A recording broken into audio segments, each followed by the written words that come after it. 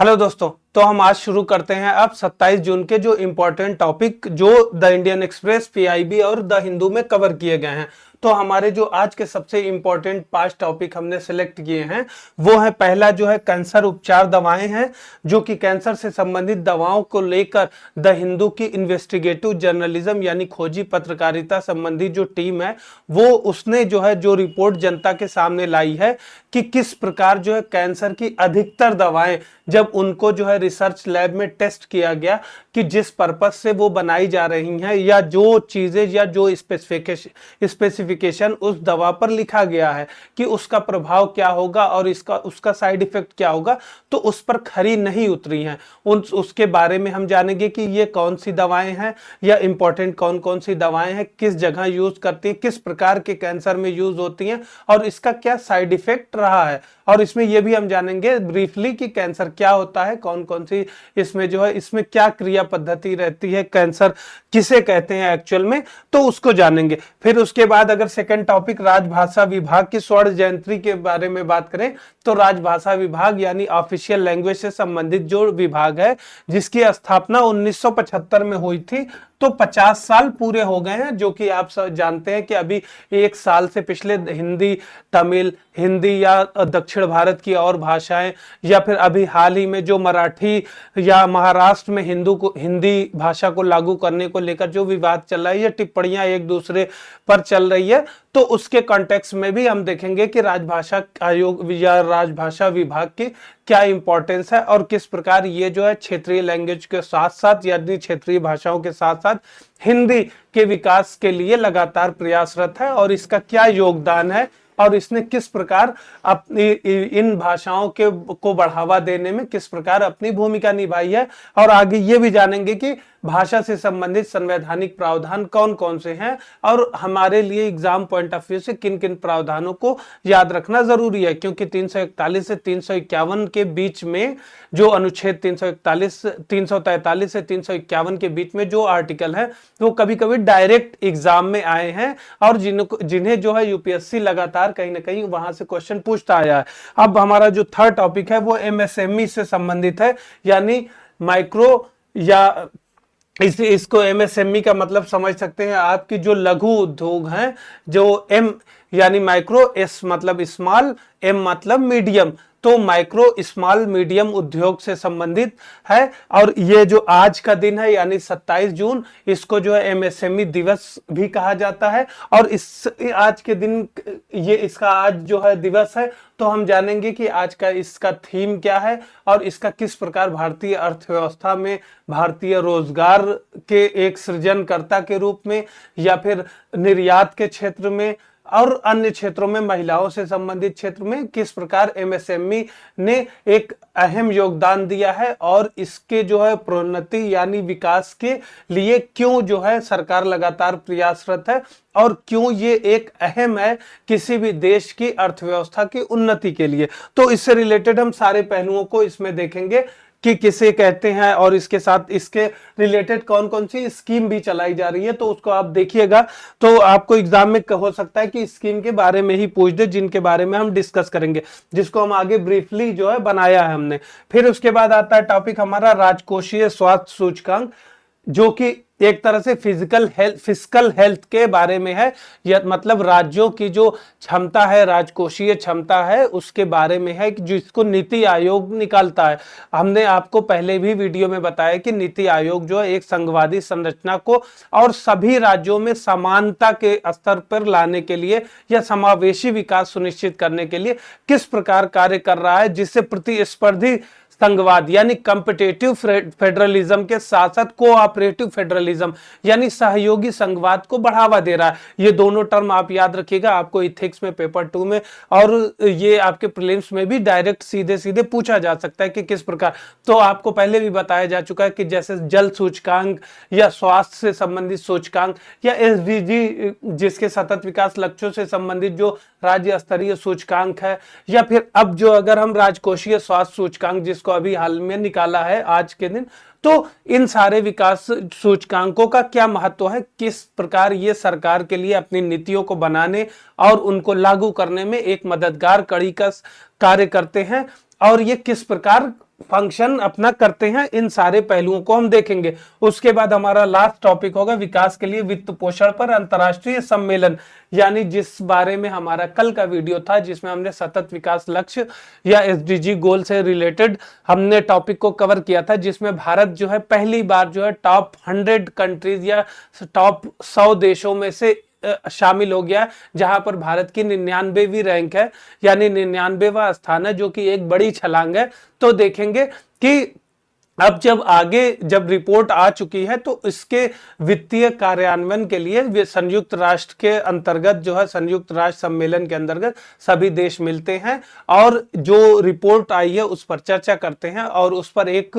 खाका बनाते हैं या एक लेआउट बनाते हैं कि किस प्रकार जो है वैश्विक स्तर पर अन्य देशों में जो देश अमीर हैं या विकसित हैं और जो देश गरीब हैं, जिनमें जो है भुखमरी, बेरोजगारी, जेंडर बजटिंग या जेंडर समानता या लैंगिक समानता या फिर अन्य संसाधनों से जो जूझ रहे हैं, उनमें किस प्रकार विकास को बढ़ावा दिया जाए, उसके लिए वित्तीय सहायता या तकनीकी सहायता, इन सब पहलुओं पर लगातार इस पर चर्चा होती है, जिससे एक आगे की रणनीति बनाया जा सके या अपने जो एसडीजी लक्ष्य हैं उनको पाने में तत्परता है, तेजी आ सके आगे। तो ये इससे संबंधित है। तो हमारे पांचों इंपॉर्टेंट टॉपिक आज के लिए जो आज हमारे टॉपिक है वो पांचों एग्जाम के दृष्टिकोण से बहुत इंपॉर्टेंट है। तो आज आप इस वीडियो में जो है लास्ट तक बने रहिएगा, जिससे आपको कोई पॉइंट छूटे ना। अदरवाइज उसके बाद आप पीडीएफ भी एक बार रिवाइज कर लीजिएगा, क्योंकि क्या होता है कि दिमाग से निकल जाता है। तो पहले अगर फर्स्ट टॉपिक की बात करें, हमारा जो कैंसर ट्रीटमेंट से संबंधित जो है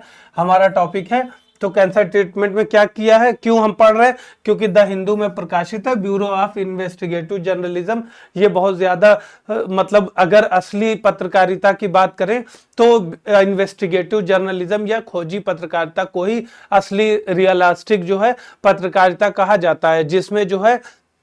अन्य स्रोतों से मतलब डायरेक्ट प्रत्यक्ष रूप से ना होकर अप्रत्यक्ष रूप से सारी चीजों का पता लगाया जाता है, जिसमें जो है जान माल सबका खतरा रहता है। जैसा कि आपने अगर बड़े घोटाले की बात करें तो बोफोर्स घोटाला जो कि एन राम द्वारा प्रकाशित किया गया था, ये द हिंदू के ही वो टीम मेंबर थे और जब वहां पर स्कैंडिनेवियन कंट्री में इससे संबंधित घोटाला सामने आया था तो उसमें भी इन्वेस्टिगेटिव जर्नलिज्म की ही बात हुई थी। और फिर बाद में 2G स्पेक्ट्रम या जो बड़े बड़े घोटाले आप जो अभी लिकर स्कैम या शराब घोटाले से संबंधित दिल्ली सरकार के अगेंस्ट आया था, इसमें भी इन्वेस्टिगेटिव जर्नलिज्म से ही सारी बातें जो है बाहर आई थी। तो अगर इसलिए बता दिया कि आपको जानना जरूरी है कि खोजी पत्रकारिता किसे कहते हैं, कि अगर अवार्ड मिल रहा है जैसे GD रामनाथ गोयनका अवार्ड जो मिलता है, तो अवार्ड में सबसे ज्यादा इंपॉर्टेंट जो माना जाता है जो अवार्ड, वो इन्वेस्टिगेटिव जर्नलिज्म से संबंधित ही अवार्ड को सबसे ज्यादा बहुमूल्य अवार्ड माना जाता है। ठीक है, तो इसने ये पता किया है कि जो विश्व भर में भेजी जाने वाली कई कैंसरकारी जो दवाएं हैं, कैंसर से संबंधित दवाएं हैं, वो गुणवत्ता परीक्षण में विफल रही हैं, यानी जो है जो इसका जो टेस्टिंग हुआ है तो उसमें विफल रही हैं। अब अगर सामान्य कीमोथेरेपी, अभी हम आगे देख लेंगे कि कैंसर का ट्रीटमेंट किस प्रकार होता है, कौन कौन से तरीके अपनाए जाते हैं, जो बहुत बेसिक तरीके हैं, आपने सुना होगा। आप कैंसर ये समझ लीजिए कि कैंसर किसे कहते हैं, तो आप जो है ज्यादातर आपका कॉन्सेप्ट क्लियर हो जाएगा। कैंसर का मतलब होता है अनियंत्रित रूप से कोशिकाओं की वृद्धि। ठीक है, जैसे कि अभी हम क्या है कि भोजन कर रहे हैं, जो भी मिनरल्स ले रहे हैं, तो हमारी जो कोशिकाओं की दर है वो 1 है या फिर बताया था 2 है या फिर 4 है, 8 है, 16 है, तो इसके बीच में जो है एक टाइम पीरियड लगता है। ठीक है, अगर ये कार्य होने में हमारा मान लेते हैं कि 1 साल लगता है, ठीक है, एग्जाम्पल के तौर पे ले लेते हैं कि ये कार्य में 1 से 16 तक पहुंचने में 1 साल लगता है। ठीक है, लेकिन अगर यही प्रक्रिया जो है 1 से 16 तक की क्या हो कि अगर ये 1 महीने में ही हो जाए, ठीक है, 1 महीने में हो जाए या फिर 15 दिन में हो जाए, ठीक है, तो फिर क्या होगा, इसको क्या बोला जाएगा, अनियंत्रित वृद्धि। तो अनियंत्रित वृद्धि में क्या होगा कि जैसे किसी को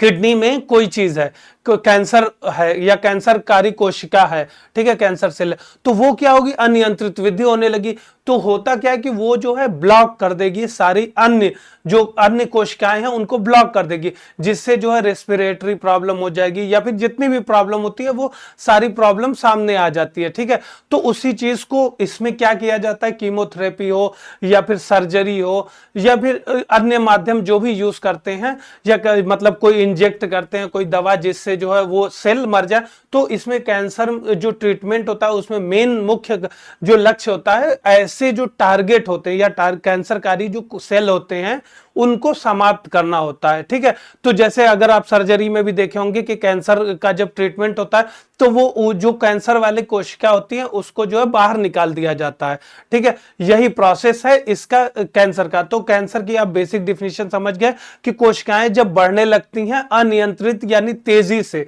ठीक है, तो उसको कंट्रोल जो बाकी जो डैमेज होता है उससे, उसी को कैंसर कहते हैं, ठीक है। और जो सेल होती है जो बढ़ रही होती है अनियंत्रित दर से, उसको कैंसरकारी कोशिका या कैंसरकारी सेल कहते हैं, ठीक है। अब इसमें जो है सामान्य कीमोथेरेपी दवाओं में जो इसमें जो परीक्षण पर खरी नहीं उतरी है उनके बारे में अगर हल्का हल्का इसलिए बता दे रहे हैं कि कभी कभी प्रीलिम्स में दवाओं का नाम भी पूछ सकता है, तो सेंटेंस में पूछेगा, तो आप कंफ्यूज ना हो, कहीं ना कहीं आपको एक तरीका पता हो, ठीक है। अब पहला जो आता है सिस्प्लेटिन, ठीक है। सिस्प्लेटिन क्या होती है कि प्लेटिनम, जो नाम से ही है प्लेटिनम आधारित है। प्लेटिनम जो है एक कैंसरकारी जो कोशिकाएं हैं उनको जो है, क्योंकि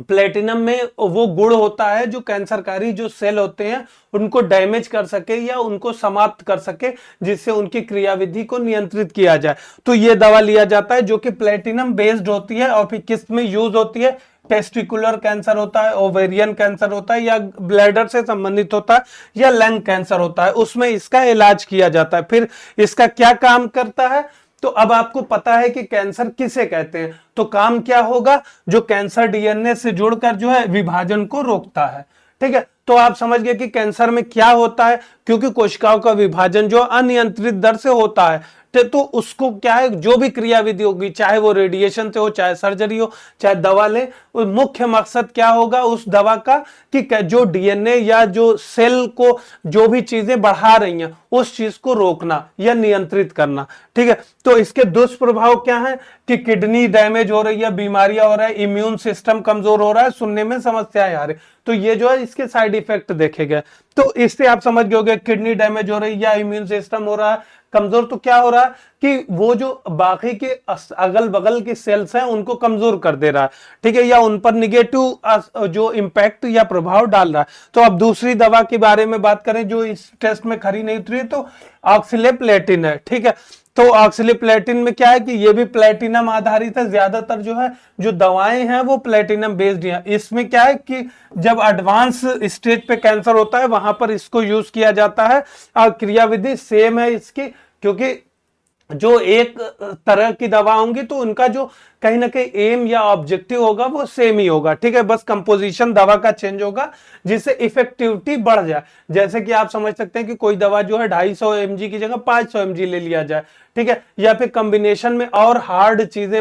मतलब मिला दी जाए जिससे जो दवा और ज्यादा मतलब इफेक्टिव हो, प्रभावशाली हो। तो क्योंकि इसको जो है एडवांस स्टेज पे जब कैंसर हो जाता है तब लिया जाता है, तो इसमें क्या है इफेक्टिविटी यानी प्रभावशीलता बढ़ जाती है, बाकी चीजें जो है समान होती, कार्य भी समान ही होता है, क्योंकि आप सभी जितने भी एस्पेक्ट होंगे समान होंगे। आपको इसलिए बार बार ये बात दोहरा रहे हैं कि आपको अगर कैंसर के बारे में छोड़िए, अगर आपको बीमारी के बारे में एग्जैक्ट पता है कि वो इम्यून सिस्टम से संबंधित बीमारी है या कैंसर बढ़ा है, जैसे कि आपको कोरोना अभी आया था, तो कोरोना किससे संबंधित था, इम्यून सिस्टम से संबंधित था या प्रतिरक्षा तंत्र को कमजोर कर रहा था, या एड्स जैसे HIV जो वायरस होता है, तो वो क्या करता है, वो कोई अपने आप में अलग चीजें नहीं करता, वो क्या है आपकी प्रतिरक्षा तंत्र को कमजोर कर देता है, यानी एकदम मतलब इस तरीके का कर देता है कि अगर आपको छोटी सी चोट लग जाए तो आप वो सही नहीं होगी, या छोटी सी बीमारी होगी तो सही नहीं होगी। तो ऐसे में क्या होता है कि जब ये सिस्टम आपके साथ जो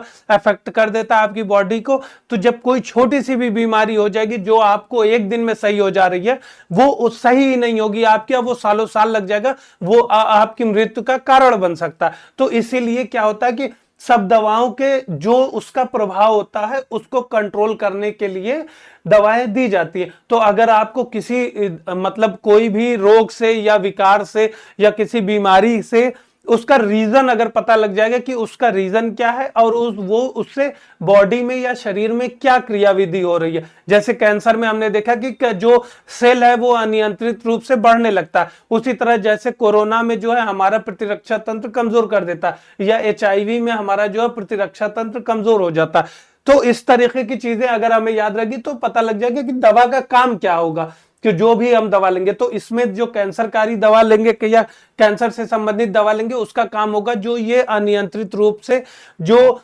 सेल का विभाजन हो रहा है या कोशिका का विभाजन हो रहा है उसको समाप्त करना। उसी प्रकार HIV संबंधित दवा जो लेते हैं उसका काम ये होता है कि जो हमारे प्रतिरक्षा तंत्र है उसको कमजोर मजबूत करे। ठीक है, तो ये चीज आप क्लियर रखिएगा। फिर थर्ड दवा आती है हमारी साइक्लोफॉस्फेमाइड। ठीक है, ये क्या होता है कि ब्रेस्ट कैंसर से ल्यूकेमिया, sarcoma, लिम्फोमा, ठीक है, तो इन सारे कैंसर से रिलेटेड होता है। अगर आप ये बहुत कैंसर, ये जो कैंसर के प्रकार है इनके बारे में पूछने के कम चांसेस है, लेकिन आपको दवाइयों का नाम जो है कभी कभी पूछ सकता है। ये चारों दवा को नाम रख दिया, फिर ये किससे संबंधित है, उसमें जो है टीबी, HIV, कैंसर, इस तरीके के 4 ऑप्शन दे सकते हैं जिससे आपको करने में आसानी हो, बस अगर हल्का हल्का देखे रहेंगे, क्योंकि न्यूज में जो रहता है वही पूछा जाता है। खासतौर से साइंस के अगर क्वेश्चन ले लीजिए या साइंस और टेक्नोलॉजी और इन्वायरमेंट के ले लीजिए तो इनमें जो है एग्जामिनर ज्यादातर उन्हीं प्रश्नों को उठाते हैं जो न्यूज में लगातार रहते हैं और एप्लीकेशन यानी अनुप्रयोग भाग को ज्यादा मतलब वो कवर करते हैं। फिर इसका काम क्या है, जो कैंसर DNA को नुकसान पहुंचा रही है या श्वेत रक्त कोशिकाओं को कम करते हैं। ठीक है, तो समझ गए, सीधे सीधे सबकी क्रियाविधि सेम होगी। दुष्प्रभाव की बात करें इसका तो जो ब्लैडर में सूजन हो रहा है या प्रतिरक्षा दमन यानी इम्यून सिस्टम को कमजोर करता है। फिर उसके बाद आगे अगर हम बात करें तो डॉक्सोरोबिसिन, ठीक है, इसका क्या, इसको रेड डेविल नाम से भी कहते हैं। ये बस ऐसे ही फैक्ट है कि आप एक बार देख लीजिए, कभी अगर आया बाई चांस तो आपको याद रहे। वैसे ये पूछने की मतलब पूछे जाने की बहुत कम वो है मतलब आशा है, लेकिन रेड डेविल नाम से भी इसको जाना जाता है। अब इसका क्या, ये कहां पर यूज हो रहा है, same breast cancer, leukaemia, lymphoma, sarcoma। ठीक है, इसका क्या काम है, DNA प्रतिकृति में बाधा डालता है, यानी कि जो सेल का मल्टीप्लिकेशन होता है उसको जो है रोकता है। इसके जो अगर दुष्प्रभाव इस दवा के देखें कि इस दवा के साइड इफेक्ट क्या है, हृदय क्षति, संक्रमण होता है, त्वचा संबंधी समस्याएं, बालों का झड़ना। ठीक है, तो ये इन सारी चीजें क्योंकि हार्ड दवा होती हैं तो यहां पर इनके दुष्प्रभाव को भी जानना बहुत जरूरी होता है। क्योंकि आप देखे होंगे कि जब कीमोथेरेपी होती है या कभी किसी को कैंसर होता है तो कई चीजें उसके प्रभाव साथ में आते हैं, जैसे कि उसका शरीर की जो सेहत होती है वो कमजोर हो जाती है, बालों में जो है कमी आती है, स्किन पर भी कई प्रकार के जो प्रभाव देखे गए या त्वचा पर प्रभाव देखे गए हैं। ठीक है, फिर उसके बाद आता है हमारा नेक्स्ट जो है मेथोट्रेक्सेट। ये किस काम में आता है मेथोट्रेक्सेट, ल्यूकीमिया, लिम्फोमा, ट्यूमर प्रकार। ठीक है, ट्यूमर भी उसी को कहते हैं, एक तरह का कैंसर होता है क्योंकि इसमें भी कोशिकाओं की अनियंत्रित वृद्धि होती है। ठीक है, इसलिए कैंसर कहां पे हो रहा है ये भी बहुत ज्यादा इंपॉर्टेंट होता है। अगर जैसे कोई बाहरी या फिर मतलब ऐसी जगह हो रहा है जिसको आसानी से ट्रीट किया जा सकता है तो उसमें तो हो जाता है, लेकिन क्या होता है कि जैसे सिगरेट पीने से होता है कैंसर या अन्य तरीके से होता है जिसमें जो है हैवी या ऑपरेशन या कीमोथेरेपी या हैवी रेडिएशन की या विकिरण की जरूरत पड़ती है, तो उसमें जो है बॉडी पे ज्यादा असर पड़ता है जिससे जो इम्यून सिस्टम भी कमजोर हो जाता है और जो मृत्यु के ज्यादा चांसेस आते हैं। लेकिन अब इसके क्या क्रियाविधि क्या है, DNA संश्लेषण को अवरुद्ध करता है, मतलब कि जो DNA को जो साइन सिग्नल दिया जाता है जिससे जो है DNA जो सेल्स होते हैं वो प्रतिक्रिया करते हैं और बहुत तेजी से बढ़ते हैं, उन पर जो है एक रोक लगाते हैं। फिर ये उच्च खुराक स्तर पर विषाक्त और अन्य जो है प्रभाव ये हैं। फिर उसके बाद लुकावोरिन एक है दवा, उसका क्या है कि ये सारी जो दवा दिया है वो कोई कीमोथेरेपी से संबंधित नहीं है, डायरेक्ट वो दवा ही है। इसमें ये क्या है कि इस तरीके से इसका उपयोग जो है मेथोट्रेक्सेट के साथ किया जाता है। क्यों? क्योंकि इसमें जो है एक तरह से अगर किसी दवा के साथ यूज किया जा रहा है तो इसमें हैवी डोज होगा, ठीक है। यह उन्नत चरण में या जब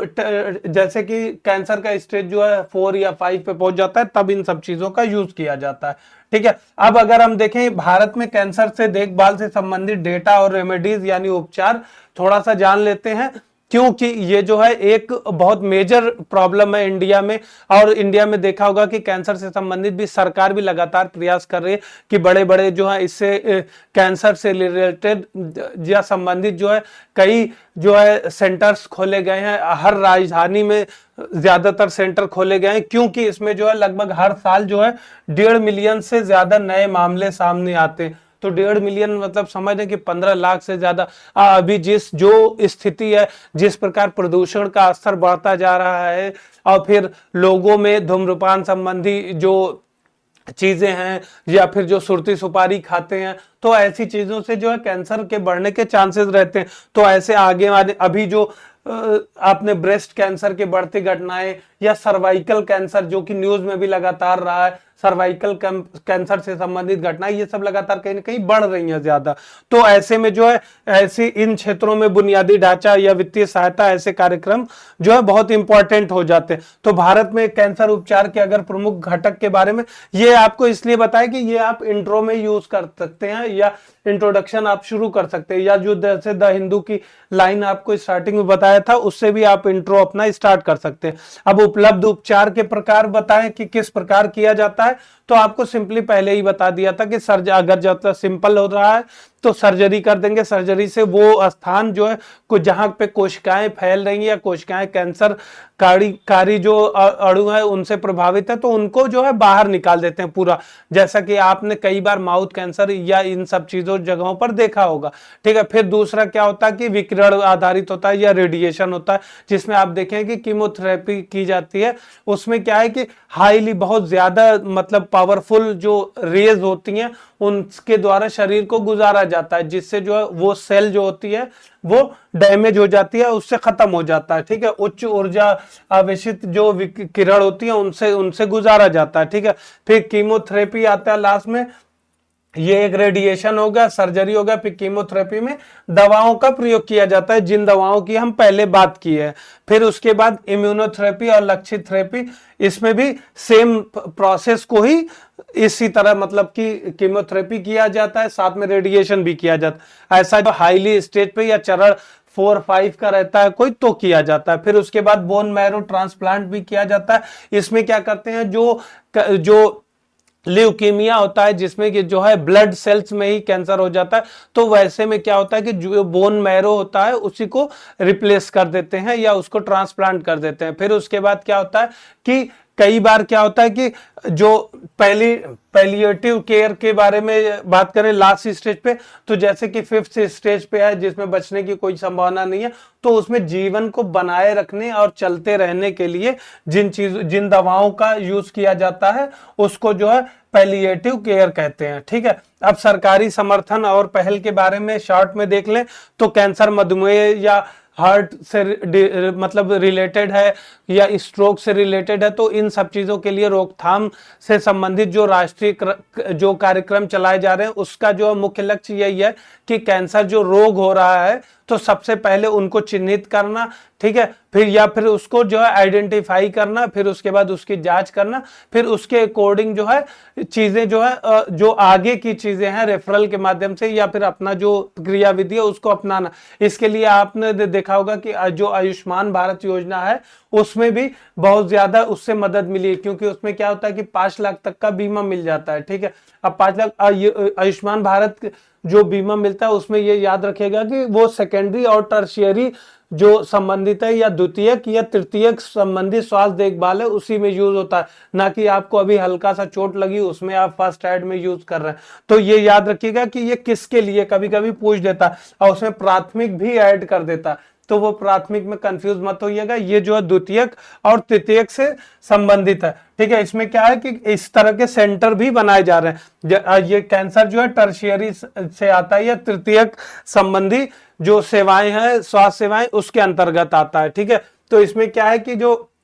हाईली या एडवांस स्टेज में हो जाता है तो उनको जो कैंसर से संबंधित जो है, जो जैसा कि पहले बताया था कि रिसर्च सेंटर और जो है इससे रिलेटेड जो मतलब नैदानिक परीक्षण से संबंधित जो स्थल है या संस्थान है, उनकी भी संख्याओं को जो है सरकार द्वारा बढ़ाया जा रहा है। और इवन जो है बड़े बड़े क्लस्टर भी बनाए जा रहे हैं कि हर जो है एक क्षेत्र को कवर करते हुए वहां पर सुविधाओं की आसानी जो है नजदीकी क्षेत्र में ही मिल जाए। फिर वित्तीय संबंधी सहायता जो दी जा रही है वो जैसे पहले ही बताता है, आयुष्मान भारत के तहत जो है मुफ्त इलाज मिल जाता है 5 लाख तक का, ठीक है, जिसमें एक बड़ी जनता को कवर किया जा रहा है लगभग, जो कि 50% से ज्यादा है। फिर उसके बाद जो है कैंसर रोगी कोष जो एक अलग से बनाया गया होगा। और आप अगर गैर सरकारी योजनाओं में देखें तो आप कई हॉस्पिटल में या कई एनजीओ जो है इस कैंसर को लेकर जो है बहुत अच्छा काम कर रहे हैं, कि जो कि कलेक्शन भी कर रहे हैं, एक तरह से डोनेशन को बढ़ावा दे रहे हैं कि जिससे जो लोग पीड़ित है कैंसर से उनका इलाज जो है आसानी से किया जाए। राज्य स्तर पर भी बीमा योजनाएं कुछ कैंसर से संबंधित चलाई जा रही हैं, जैसे तेलंगाना और आंध्र प्रदेश में आरोग्य श्री, ठीक है। ये कुछ फैक्ट है, इनको याद रखिएगा आप। अब इससे रिलेटेड अगर अभी जो रिसेंट एक्टिविटी है तो उसमें अगर आप या वे सजेशन में आप इफेक्टिविटी को बढ़ाने से संबंधित जो फैक्ट है वो लिख सकते हैं कि प्रभावशीलता और बढ़ाई जाए, क्योंकि आपको पहले ही बताया था कि स्कीम्स और योजनाएं बहुत ज्यादा हैं, बस जो देर है वो उसके इंप्लीमेंट सही से करने की है। तो इसमें क्या है कि अगर अभी रिसेंट हालिया गतिविधि में देखें तो जो डिजिटल कैंसर रजिस्ट्री भी बनाई जा रही है, इसमें एआई का यूज कर दिया जा रहा है जिससे जो आसानी से पता लगाया जा सके। और फिर एआई के यूज का हमने जो करंट अफेयर में भी किया था कि कैसे किस प्रकार जो कैंसरकारी जो क्रिस्पर टेक्निक में यूज किया जा रहा है, या फिर CAR-T सेल थेरेपी जो है वहां पर यूज किया गया, किस प्रकार एआई को जिससे प्रिसीजन हो, मतलब सटीक विश्लेषण पता हो, और फिर सटीक नैदानिक परीक्षण हो, जिससे जो है ज्यादा अन्य जो अड़ोस पड़ोस की जो सेल हैं, जो कैंसरकारी सेल के आसपास की सेल हैं, वो ज्यादा प्रभावित ना हो, और फिर वो कास्ट इफेक्टिव हो, यानी लागत में सस्ता था,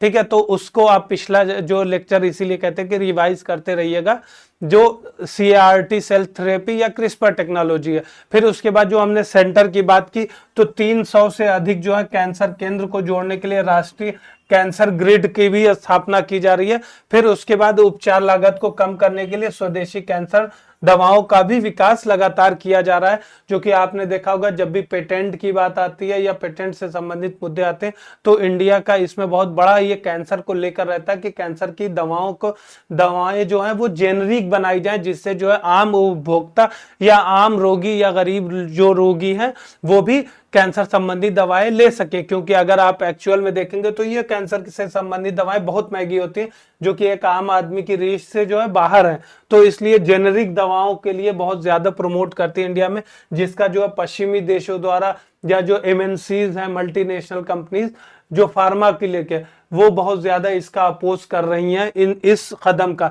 लेकिन भारत सरकार द्वारा लगातार प्रयास किया जा रहा है कि कैंसर से संबंधित जो है जेनरिक दवाओं को प्रमोट किया जाए। तो ये कुछ पॉइंट्स थे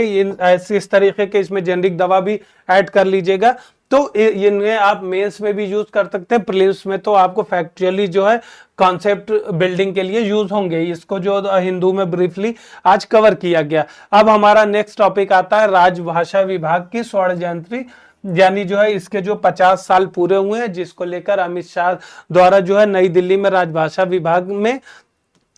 जो है वह संबोधन भी किया गया, जिसको लेकर उसके बाद जो है महाराष्ट्र द्वारा भी प्रतिक्रिया आई कि जो है हिंदी थोपने की बात चल रही है। ये पिछले 2-3 दिनों से लगातार न्यूज में भी बना हुआ है, ठीक है। लेकिन आज जो है स्वर्ण जयंती है तो हम आज इसलिए इस टॉपिक को कवर किए हैं, ठीक है। इसका कार्य क्या था कि जो आधिकारिक भाषाएं हैं और क्षेत्रीय भाषाएं, इनको बढ़ावा देना और एक तारतम्यता लेके आना, कि जिससे ऐसा ना हो कि जो जैसे क्षेत्रीय भाषाओं की बात करें तो जैसे बंगाली है, असमी है, या मराठी है, या तमिल है, तेलुगु है, और अन्य भाषाएं कोई भी हो सकती हैं। और जैसे अगर सेंटर स्टेज पे देखें तो जैसे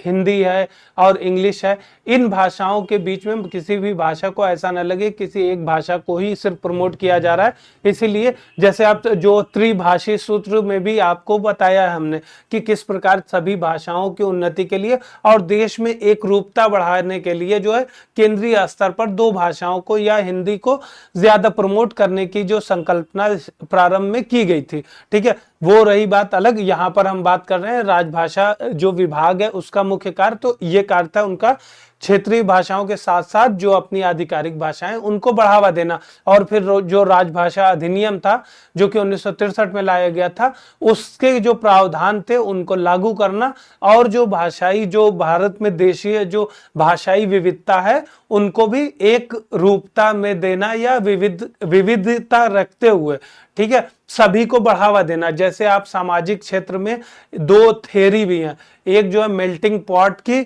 और एक जो है सैलड बाउल की, इसको भी कभी कभी पूछ देता है, ठीक है, मेल्टिंग पॉट और सैलड बाउल, ये याद आ गया तो इसलिए हम आपको बता दे रहे हैं, क्योंकि कभी कभी ये आपको कॉन्सेप्ट क्लियरिटी के लिए आपको जानना जरूरी। मेल्टिंग पॉट का मतलब क्या होता है कि कोई एक ऐसा पॉट लीजिए, ठीक है, मेल्टिंग पॉट मतलब उसमें सभी अलग अलग पदार्थ डालिए, ठीक है, और फिर अगर नीचे से गर्म करिए तो सारी चीजें पिघल जाएगी, और फिर आपको ये ना पता चले कि इसमें जो है किन चीजों का जो है मिक्सचर मिला हुआ है या किन चीजों का इसमें समावेश है, और फिर आपको वो बताया जाए कि ये चीज है, ठीक है, मतलब कोई भी चीज उसका नाम दे सकते हैं, लेकिन उसमें जो है जिससे जो इंडिविजुअलिटी है यानी व्यक्तिपरकता है वो खत्म हो जाए, ठीक है। तो आप ऐसा जो है अमेरिकी समाज में देखेंगे कि वहां पर ना कोई हिंदू है, ना कोई मुस्लिम है, ना कोई क्रिश्चियन है, ना कोई साउथ का है, ना कोई नॉर्थ का है, ना कोई ईस्ट का है, ना सभी लोग जो है अमेरिकन है, क्योंकि वहां पे उनकी संस्कृति अपनी जो है, कोई किसी की संस्कृति नहीं है, क्योंकि ज्यादातर आपने देखा है कि वहां पे लोग जो है गए हुए हैं या माइग्रेट हुए हैं, बसे हैं, ठीक है। इंडिया के साथ जो है ऐसा नहीं है। इंडिया में क्या है कि सबकी अपनी संस्कृति के साथ साथ एक जो है राष्ट्रीय स्तर पर संस्कृति है। जैसे आपने को हमने मेल्टिंग पॉट बताया कि जिसमें जो है सारी चीजें एक में मिक्स हो गई, और फिर उसमें जो है जो पर्टिकुलर चीजें सारी जो चीजें उसमें मिली हुई हैं उनकी अपनी इंडिविजुअलिटी खत्म हो गई। लेकिन आप सैलड बाउल इसलिए कहते हैं कि जैसे सलाद है, सलाद का प्याला है, तो उसमें क्या है, खीरा है, ककड़ी है, मिर्चा है, आलू है, जो भी चीज मिला रहे हैं आप वो सारी चीजें आपको दिखेंगी, ठीक है। सलाद तो आप बोल रहे हैं लेकिन उसमें हर जो इंडिविजुअल चीज है वो भी खत्म नहीं हुई है, उसकी जो है इंडिविजुअलिटी भी बरकरार है। जैसे इंडिया में आप देखेंगे तो इंडिया में क्या है, सामासिक प्रकृति है, जहां पर मराठी भी है, तेलुगु भी है, हिंदी भाषी भी है या कश्मीरी भी है, लेकिन सभी मिलके जो है भारतीय भी हैं। समझ गए ये कॉन्सेप्ट, इसमें कंफ्यूज मत होइएगा, एग्जाम में पूछ देता है, ठीक है। असामाजिक जब बातें करते हैं या सोसाइटी से संबंधित तो ये इंपॉर्टेंट हो जाता। तो हमने आपको ये कॉन्सेप्ट इसलिए बताया कि राजभाषा आयोग की या अगर भारतीय भाषाओं के बारे में बात करेंगे तो आपको ये बात जानना जरूरी है, क्योंकि भारत में जो है सैकड़ों भाषाएं बोली जाती हैं, हजारों लिपि हैं। तो ऐसे में सबको जो है इंडिविजुअल जो सबकी अपनी जो एक साख है या अपनी जो विशेषता है उसको बनाए रखते हुए विविधता के साथ जो है एक भारतीयता या भारतीय मूल्य को प्रमोट करना है, तो इसके लिए राजभाषा विभाग बनाया गया जिसका कार्य ही यही है, ठीक है। इस जो ये कार्यक्रम है इसमें इनके द्वारा जो है 50 वर्षों द्वारा इस पिछले 50 वर्षों में जब 1975 में स्थापना के बाद इन्होंने क्या कार्य किया है उसको जो है उसका भी मतलब एक तरह से हम लोग मेमोरेंडम देखेंगे कि किस तरीके से किया। फिर उसके बाद शासन एवं सार्वजनिक संचार में हिंदी और क्षेत्रीय जो भाषा है इनके प्रयोग को मजबूत करने के लिए निरंतर प्रयास करने का भी आह्वान किया गया, जिसमें आप देखेंगे कि संगोष्ठी होगी, डिबेट होगा या फिर सरकारी कार्यक्रम होंगे जिसमें एक तरह से कहीं ना कहीं खर्चे का और एक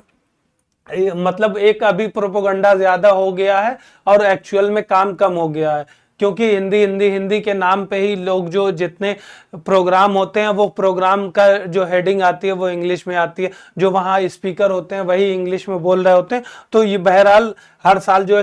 14 सितंबर को हिंदी दिवस भी मनाते हैं, उसमें भी आप देखेंगे कि यही होता है, एक तरह से खर्चा होता है, मेला बना दिया, एक्चुअल में काम कम होता है, ठीक है। ये एक मतलब एक्चुअल मुद्दा होने की जगह मतलब जिस चीज को समझना चाहिए या जिस चीज के लिए प्रमोशन करना चाहिए सभी भाषाओं को साथ में करना चाहिए, लेकिन जो है इसको पॉलिटिसाइज किया गया है या राजनीतिकरण किया गया है, क्योंकि देखे हैं कि इससे जो है कहीं ना कहीं वोट बैंक पे फर्क पड़ता है कि जो तमिल नेता है या साउथ के नेता हैं या फिर नॉर्थ इंडिया के जो नेता हैं वो लोग जो है इस मुद्दे को जो है यूज कर रहे हैं एक राजनीतिक टूल के रूप में, तो जिससे जो है एक्चुअल जो हिंदी का उत्थान होना चाहिए या अन्य क्षेत्रीय भाषाओं का उत्थान होना चाहिए वो एक्चुअल में हो ही नहीं पाता, और जो मुख्य उद्देश्य है वो कहीं पीछे छूट जाता है, और पर्सनल हित या राजनीतिक दलों का अपना हित जो है वो सर्वोपरि बन के सामने आ जाता है, जिससे जो है एक्चुअल में उन्नति नहीं हो पाती, जैसा कि हम 1950 के बाद से ही देख रहे हैं कि सिर्फ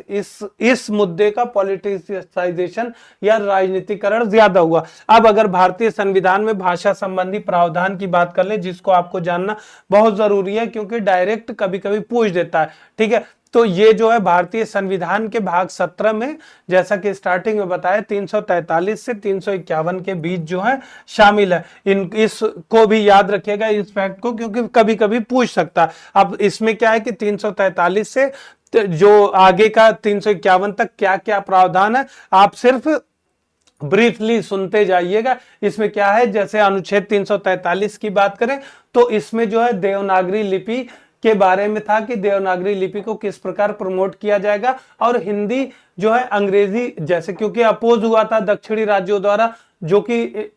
1965 के बाद जो है समाप्त होना था इंग्लिश का प्रयोग, लेकिन अंग्रेजी का प्रयोग 1965 में समाप्त नहीं किया गया और हिंदी को आधिकारिक भाषा के रूप में मान्यता दी गई, लेकिन अंग्रेजी की भी निरंतरता अनिश्चित काल तक मतलब रखी गई कि इंग्लिश का भी साथ में प्रयोग किया जाएगा। लेकिन जो अधिनियम था 1963 का, उसके तहत कहा गया अनुच्छेद 343 के अंतर्गत जो हिंदी संघ की भाषा है इसके प्रमोशन के लिए ये कार्य करेगा, ठीक है, राज्य कार्य करेगा। फिर तो अनुच्छेद 344 की बात करें तो इसमें भी ये हिंदी को बढ़ावा देने और जो अंग्रेजी के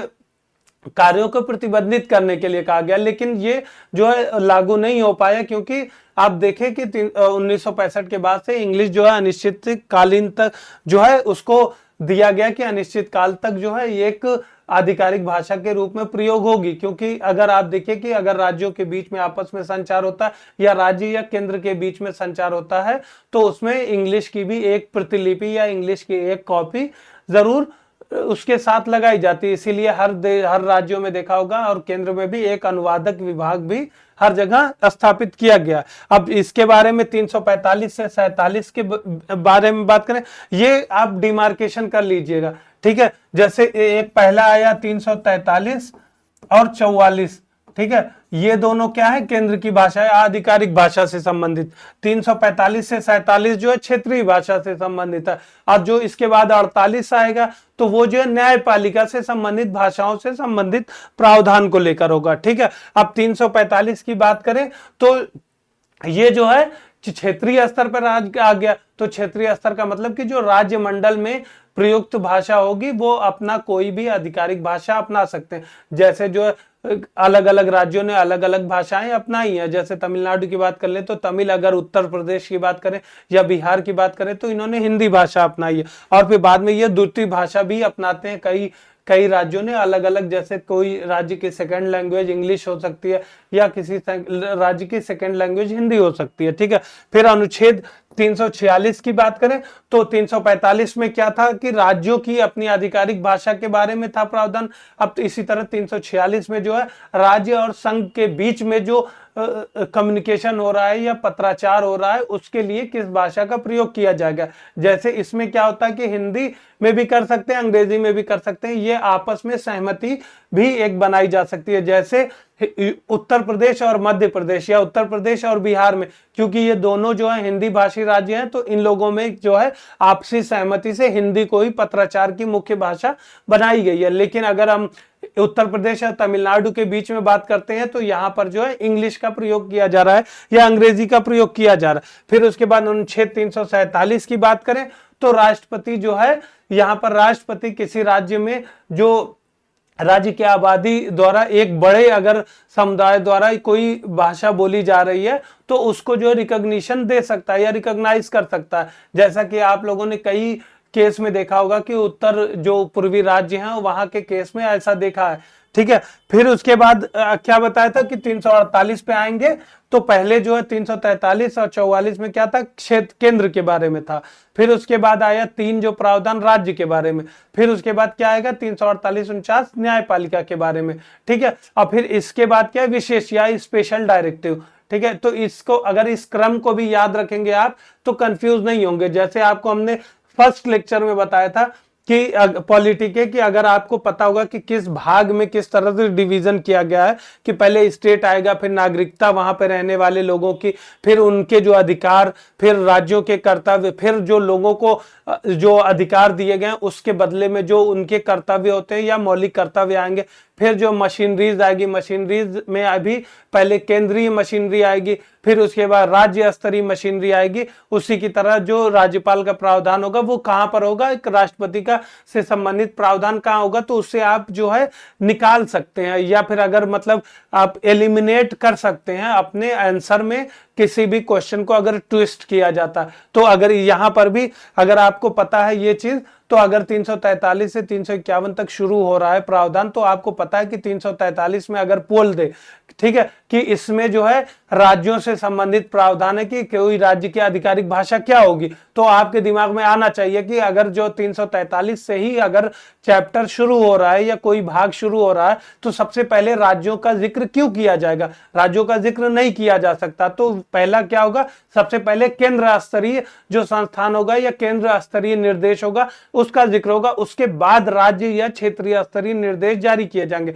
उसके बाद न्यायपालिका से संबंधित, उसके बाद जो है स्पेशल डायरेक्टिव। तो 348 क्या है, सर्वोच्च न्यायालय और उच्च न्यायालय की जो प्रशासनिक भाषा या इनके द्वारा प्रयोग की जाने वाली भाषा के बारे में प्रावधान है, जब तक कि संसद द्वारा किसी अन्य भाषा के बारे में प्रावधान न करे। इसी प्रकार 349 के बारे में भी अगर यही प्रावधान है कि राष्ट्रपति जो है भाषा आयोग की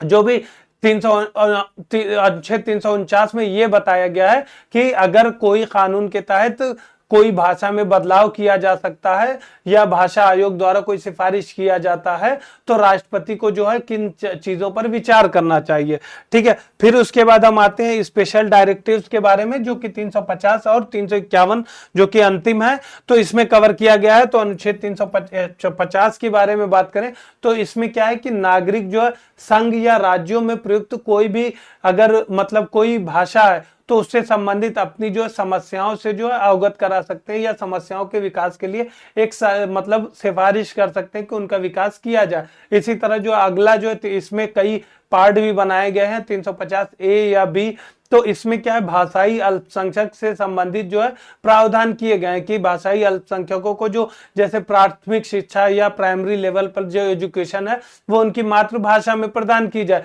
जिसके बारे में आप जब गांधीवादी आंदोलन करेंगे पढ़ेंगे या वर्धा कमीशन की रिकमेंडेशन जो कि गांधी जी द्वारा जो है निर्गत की गई थी, तो उसमें भी देखेंगे कि जो प्राइमरी या प्राथमिक स्तर पर शिक्षा के लिए जो मातृभाषा की ही रिकमेंडेशन की गई थी या उसकी सलाह दी गई थी कि मातृभाषा का प्रयोग किया जाए। फिर अगर 350 बी जो अगला है उसमें जो है भाषाई अल्पसंख्यकों के लिए विशेष अधिकारी के बारे में, ये आप जो है याद रखिएगा कि कभी कभी पूछ देता कि ये जो भाषाई अल्पसंख्यक है उनसे संबंधित जो स्पेशल ऑफिसर है या विशेष अधिकारी है वो कानून जो है किस संवैधानिक है या वैधानिक संस्था है या कार्यकारी निर्देश द्वारा बनाई गई है। तो इसमें कंफ्यूज मत होइएगा, ये जो है संवैधानिक संस्था है, कभी कभी पूछ देता है जिससे आप कंफ्यूज हो सकते हैं। फिर लास्ट में अगर 351 की बात करें तो इसमें जो है कहीं ना कहीं समावेशी विकास के बारे में सभी भाषाओं को एक साथ बढ़ावा देने के बारे में है, क्योंकि ये आखिरी है, ये भी आप रैशनल तरीके से सोचेंगे तो निकाल लेंगे। अब अगर हम अगर शॉर्ट में देखें कि राजभाषा अधिनियम जो है 1963 में जो लाया गया था वो यही था कि जब संविधान बनाया गया था तो ये कहा गया था कि जो संविधान के शुरुआती वर्ष हैं, यानी क्योंकि आप हिंदी और इंग्लिश और तमिल को लेकर आपने देखा होगा कि स्वतंत्रता के पहले से ही इसको लेकर विवाद शुरू हो गए थे, जो कि हमने पूरा एक डिटेल वीडियो बनाया है, अगर आप हमारे वेबसाइट या यूट्यूब चैनल पर भी आप पूरा पढ़ा हुआ है वो उसको देख सकते हैं। लेकिन बहरहाल अगर बात करें हम कि संविधान जब बना था तो उस टाइम ये बना था कि संविधान अपनाने के 15 साल बाद के जो है इंग्लिश का प्रयोग खत्म कर दिया जाएगा और फिर हिंदी का ही प्रयोग को बढ़ावा दिया जाएगा। ठीक है, लेकिन हुआ क्या कि फिर जो है हिंदी को लेकर जो है दक्षिणी राज्यों द्वारा अपोज किया गया और उसको लेकर जब विरोध प्रदर्शन बहुत ज्यादा बढ़ा तो इसके कॉन्टेक्स्ट में ही राजभाषा अधिनियम 1963 में लाया गया, जिसमें कहा गया कि इंग्लिश का प्रयोग भी साथ साथ चलता रहेगा। ठीक है, क्योंकि इसके प्रमुख प्रावधानों की बात करें तो अंग्रेजी का क्रम जारी, मतलब अंग्रेजी का प्रयोग जो है आधिकारिक उद्देश्यों के लिए जारी रहा। फिर उसके बाद संघ और राज्यों के बीच संचार के लिए तो पहले आपसे बता चुके हैं कि संघ और राज्य जो है अपने, एक तो पहले केंद्र जो है, राज्य जो है अपनी आधिकारिक भाषा का चयन कर सकते हैं। उसके बाद अगर दो राज्य आपसी रूप से सहमति है तो वो अपने जो, जैसे कि हमने बताया यूपी और बिहार के बीच में हिंदी में भाषा पत्राचार होता है या कोई भी पत्राचार के माध्यम जो होता है वो हिंदी होती है। लेकिन अगर नहीं है, कोई इस तरीके का प्रोटोकॉल नहीं है, तो पत्राचार में उन्हें एक इंग्लिश की प्रतिलिपि या इंग्लिश कॉपी भी संलग्न करनी होती है, जो कि मैंडेटरी है। फिर उसके बाद संघ और राज्यों के बीच संचार के बारे में बात करें तो इसमें जो है जो गैर हिंदी भाषी हैं वहां पर जो है इंग्लिश में होगा और जो हिंदी भाषी राज्य हैं वहां हिंदी और इंग्लिश दोनों में किया जाएगा। और फिर क्षेत्रीय भाषाओं के का वैकल्पिक उपयोग के बारे में है तो छात्र जो राज्य हैं अपनी अपनी भाषाओं को आधिकारिक भाषाओं के रूप में जो नोटिफाई कर सकते हैं या सर्कुलर जारी कर सकते हैं और उसका यूज कर सकते हैं। उसके बाद द्विभाषी संचार, यानी आपको बता चुके हैं कि दोनों लैंग्वेज में जो संचार को आगे बढ़ाया जाए। और फिर 1967 में इसमें संशोधन किया गया। वो आगे संशोधन वही था कि सभी सरकारी प्रयोजनों के लिए हिंदी के साथ साथ अंग्रेजी को भी अनिश्चित काल तक जो है सुनिश्चित कर दिया गया था। क्योंकि अगर आप वीडियो हमारे देखेंगे तो उसमें मैंने डिटेल में बताया कि 65 से 67 के बीच में किस प्रकार जो है इस प्रावधान को लागू किया गया, क्योंकि कहीं ना कहीं केंद्र में जो है कांग्रेस कमजोर होने लगी थी या उस तरीके की मजबूत मेजॉरिटी नहीं थी। तो ऐसे समय का लाभ उठाते हुए दक्षिणी राज्यों द्वारा और ज्यादा विद्रोह किया गया और उसी वक्त जो है ये जो है राजभाषा अधिनियम संशोधन 1967 पास करवाकर हिंदी के साथ साथ इंग्लिश को भी अनिश्चित काल तक जो है जो आधिकारिक भाषा के रूप में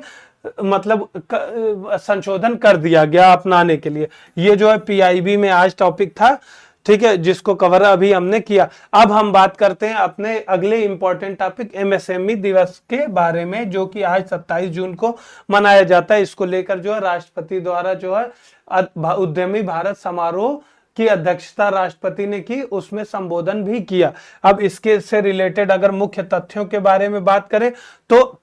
जैसा कि बताया था कि इसके वर्ड से ही आप समझ जाएंगे कि सूक्ष्म लघु मध्यम यानी माइक्रो स्मॉल मीडियम, ठीक है, इस क्षेत्र के बारे में किया जा रहा है, जो कि समावेशी विकास के लिए या देश के जो एक मतलब सभी वर्गों को और सभी क्षेत्रों को बढ़ावा देने के लिए एक अहम जो बुनियाद का काम करती है वो यही है। और ये इसमें क्या होता है कि अगर आप देखें तो सशक्त, लचीली और प्रतिस्पर्धी जो एमएसएमई पारिस्थितिकी तंत्र है उसकी जो है आशा की गई है कि इसमें जो अभी जो टेक्नोलॉजिकल डेवलपमेंट हो रहे हैं या इनोवेशन हो रही है उनका जो है लाभ इन तक भी पहुंचे और ये ना हो कि कुछ क्षेत्रों में एक तरह से, जैसे कि हम संचार क्षेत्र देखते हैं, संचार में जैसे आप देखें कि जियो एयरटेल का एक अधिकार हो गया तो उसमें जो अन्य क्षेत्र जो है शामिल, अन्य लोग शामिल ही नहीं हो सकते या अन्य कंपनियां शामिल नहीं हो सकती। उसकी कई वजह हैं, लेकिन आप कहीं ना कहीं देखेंगे कि एकाधिकार। लेकिन जो माइक्रो स्केल इंडस्ट्री से रिलेटेड उद्योग हैं उसमें जो बहुत ज्यादा लोग एम्प्लॉयड होते हैं और ये इसमें क्या है कि उद्यमशीलता को बढ़ावा मिलता है और जो है जो अनौपचारिक क्षेत्र अभी भी जो रीढ़ बना हुआ है अर्थव्यवस्था की, तो इसी उद्योग के माध्यम से लोग जो है संलग्न है रोजगार में। ठीक है, अब इसके महत्व की बात करें तो 2-3 फैक्ट आपको लिखना रहेगा अगर आप कहीं पर भी स्टार्ट करते हैं अपना मेंस का आंसर। तो इसका सकल घरेलू उत्पाद यानी जीडीपी में कितना जो है इसका रेशियो है लगभग 30% और निर्यात में जो है 48% का योगदान देता है। ठीक है, साथ में जो ये एम्प्लॉयमेंट से रिलेटेड या आर्थिक विकास से और जो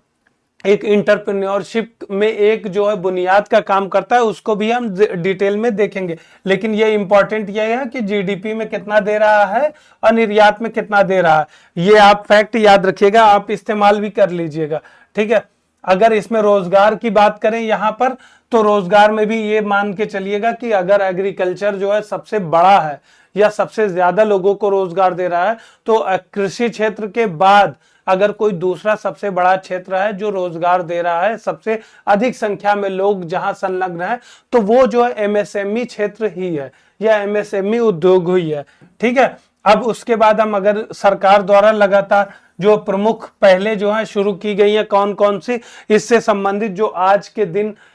इसको जो है बढ़ावा देने के लिए, तो उसके बारे में बात करें तो एक ऑनलाइन विवाद समाधान पोर्टल, जिसमें जो है जो छोटे उद्यमी हैं उनसे संबंधित जो समस्याएं हैं या जो भी उनमें विवाद हैं, उसको जो है शीघ्रता से और लागत प्रभावी रूप से इसको जो है खत्म किया जाए, सुलझाया जाए, जिससे जो, क्योंकि आपने देखा होगा कि जैसे जीएसटी आया है, जीएसटी को समझने में बहुत ज्यादा कंफ्यूजन हो रहा है। अभी आपने देखा है कि जीएसटी, कल के लेक्चर में आपको बताया था जीएसटी से संबंधित समस्याओं के पहलू में कि जीएसटी से संबंधित समस्याएं क्या है, जिसको लेकर जो है अभी सरकार द्वारा इवन 12% के स्लैब को ही समाप्त करने जा रही है, ठीक है। तो वो सारी समस्याओं को भी आप देख लीजिएगा। लेकिन इस अगर आज की बात करें तो ये जो है ऑनलाइन विवाद समाधान पोर्टल बना है। फिर उसके बाद स्मारक टिकट जो है एक तरह से @25, ठीक है, ये जो है क्रेडिट गारंटी फंड जो है बनाया गया था, उसके 25 साल पूरे हो गए, क्योंकि इसने जो है बहुत, क्योंकि ये जो सबसे कहीं ना कहीं वित्तीय समस्याओं से लगातार जूझ रही है एमएसएमई क्षेत्र, तो इसका जो है 25 वर्षों में जो 9.8 लाख करोड़ रुपए से अधिक क्रेडिट गारंटी इसके द्वारा प्रदान की गई है। ये क्रेडिट गारंटी इसलिए इंपॉर्टेंट होती है कि ये जो है बिना किसी संपार्श्विक या कोलेटरल के बिना दी जा रही है। जैसे कि अगर अभी हम लोन ले जा रहे हैं बैंक के पास, तो बैंक हमसे कुछ ना कुछ कोलेटरल या संपार्श्विक, वो हो सकता है कि हमारे जमीन की रजिस्ट्री मांग ले या फिर हमारी सैलरी स्लिप मांग ले, जिससे जो उसको एक ट्रस्ट हो कि हम जो है लोन पे कर पाएंगे। लेकिन अगर जो है एमएसएमई के पास ऐसी चीजें नहीं होती, लेकिन इनको पैसे की जरूरत होती, तो ये लोग किस चीज का इस्तेमाल करते हैं, जो क्रेडिट गारंटी जो सरकार द्वारा दी जाती है उसका इस्तेमाल कर जो है लोन जो है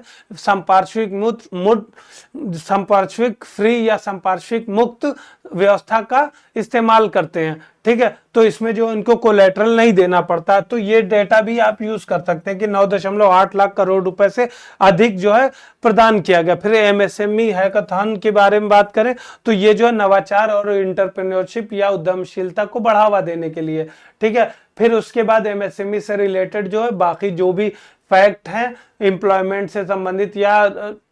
निर्यात से संबंधित या इनोवेशन से संबंधित, इन सारी चीजों को भी रिलीज किया जाएगा। अब भारत में एमएसएमई क्षेत्र का अवलोकन से संबंधित, मतलब कि एमएसएमई क्षेत्र से रिलेटेड कुछ फैक्ट की बात करें तो पहले बात कर चुके हैं, जैसे रोजगार में, जीडीपी में और निर्यात में ये महत्वपूर्ण योगदान देता है। 3 फैक्ट आपको सीधे सीधे पता है, तो इनको तीनों से ही स्टार्ट कर सकते हैं, आप अपने मेन बॉडी में लिख सकते हैं। इसके मुख्य सांख्यिकी यानी डेटा की बात करें तो कुल एमएसएमई की संख्या कितनी है, 63 मिलियन यूनिट यानी लगभग 6 करोड़। रोजगार की बात करें तो लगभग 11 करोड़, क्योंकि जो आबादी के एक बड़े जो है चंक को या बड़े भाग को ये रोजगार देता है। फिर सकल घरेलू उत्पादन यानी जीडीपी में योगदान की बात करें तो लगभग 31% का योगदान है। निर्यात में अगर योगदान की बात करें तो लगभग 45% वस्तु निर्यात,